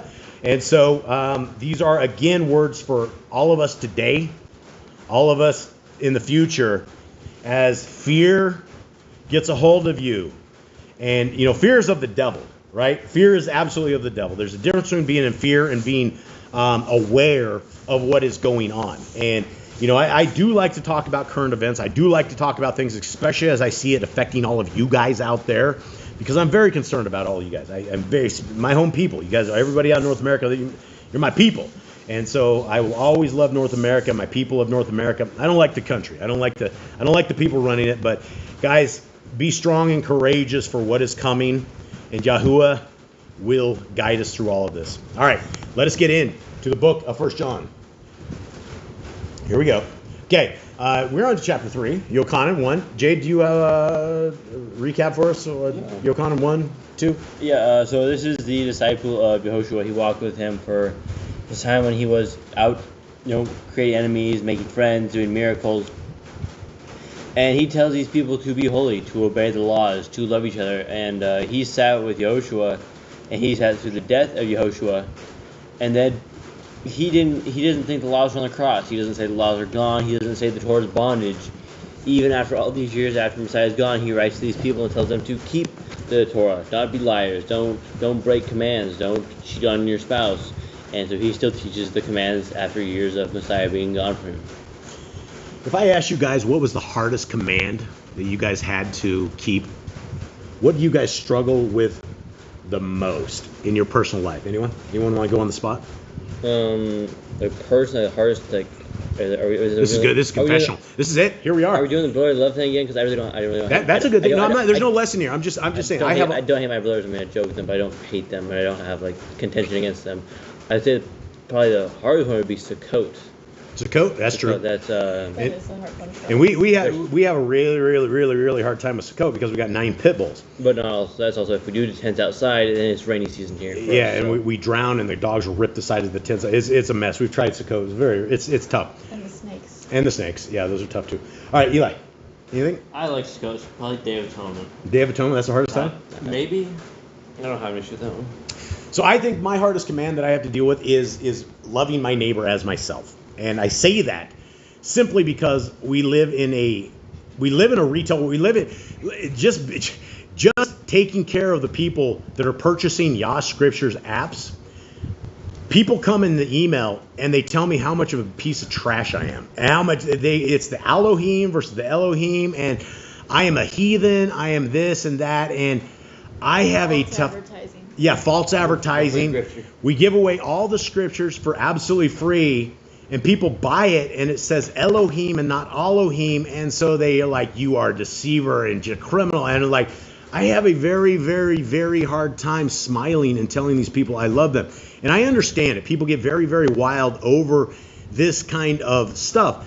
But it's one of these things I don't do a great job, and it's the point of the Torah is not to fail it. The part of the Torah is to realign our lives in every last bit to make sure that we are doing the best that we can.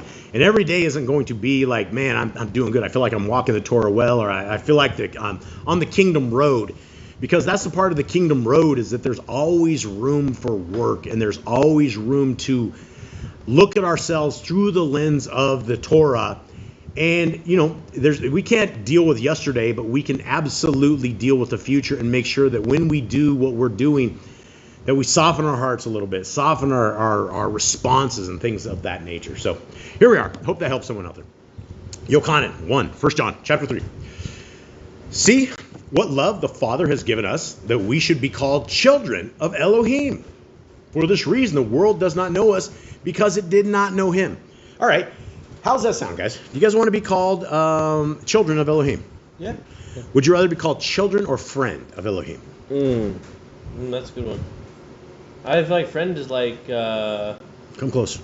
Friends like on Moshe, on a personal level kind of thing. Right. It's gonna be really hard to do. I think it's one of these things that I think those who are friends of Elohim are truly children of Elohim, right? Because we will try to do what he wants us to do.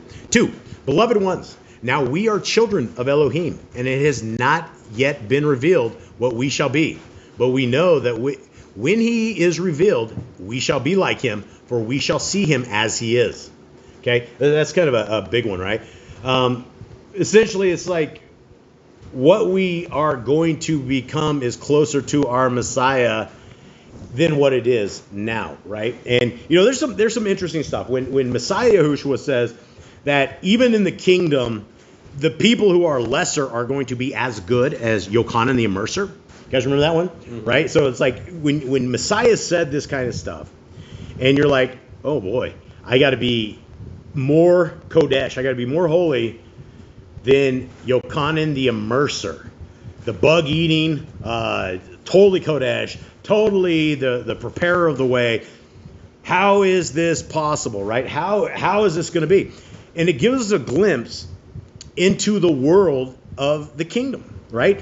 There's not going to be this kind of deception. There's not going to be this kind of stuff. We are aligned. We are realigned. And this is the Torah road, is that we are practicing the Torah every single day so that we are accepted into the kingdom to come. Because the kingdom to come will be using this exact same Torah as the government ruling system. So it's not. Can you imagine that? You're sitting there thinking you're going to be pulled away in your rapture school bus. You're eating your pork. I'm on my way, and you're just lawless, right? You're just completely lawless, and you think that something good is going to be. Number one, we're not like our Messiah. Our Messiah didn't eat unclean food. He didn't do incredible, crazy stuff that went against the Torah. So 3 goes, and everyone having this expectation in him cleanses himself as he is clean. Everyone doing sin also does lawlessness, and sin is lawlessness. Okay, well, this is a hard thing, right? Because all of these scribes have said lawlessness is law, it's Torah, it's all this other stuff. But it's very clear that your absence of the laws of our Creator make you lawless. If you have taken the laws of our Creator and tossed them in the trash, nailed them to the cross, that makes you lawless. Now, you're not lawless because you don't know what sin is. It's because you don't know what sin is, and you're still going to have to be judged for that certain thing. Sin is lawlessness. 5. And you know that he was manifested to take away our sins, and in him there is no sin. Messiah is sinless, right? Completely. This is why he became the perfect sacrifice for us, because he walked the Torah perfectly, which made him the perfect Melchizedek priest. The priest for us that doesn't have to atone for himself for his sins, and he can completely atone for us. 6. Everyone staying in him does not sin. Everyone sinning has neither seen him nor known him. Okay? So this is a Christian conundrum, right? This is the Christians will like, well, we have Jesus, so we don't sin. It says it right there. Everyone staying in him does not sin. Okay, well, how do we take this? Cade, what does that mean? Everyone staying in him does not sin. We are going to walk the Torah life. When we know him, we know that there is going to be Torah. It does not mean we're not going to stumble in the Torah, but it means we are no longer going to live in sin. We are no longer going to live in the ways of the world, which we did before. And you can't stay in our Messiah if you haven't stayed in the Torah. If you do not know the Torah, you will not know the Messiah. You will have no idea what he's even talking about. You won't. It's going to be a mystery to you. But yet, does that explain all the religious systems? Because everybody seems to know the J-Man. Everybody's got it. Everybody knows him for sure. 7, little children, let no one lead you astray.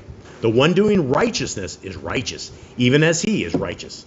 The one doing sin is of the devil, because the devil is sin from the beginning.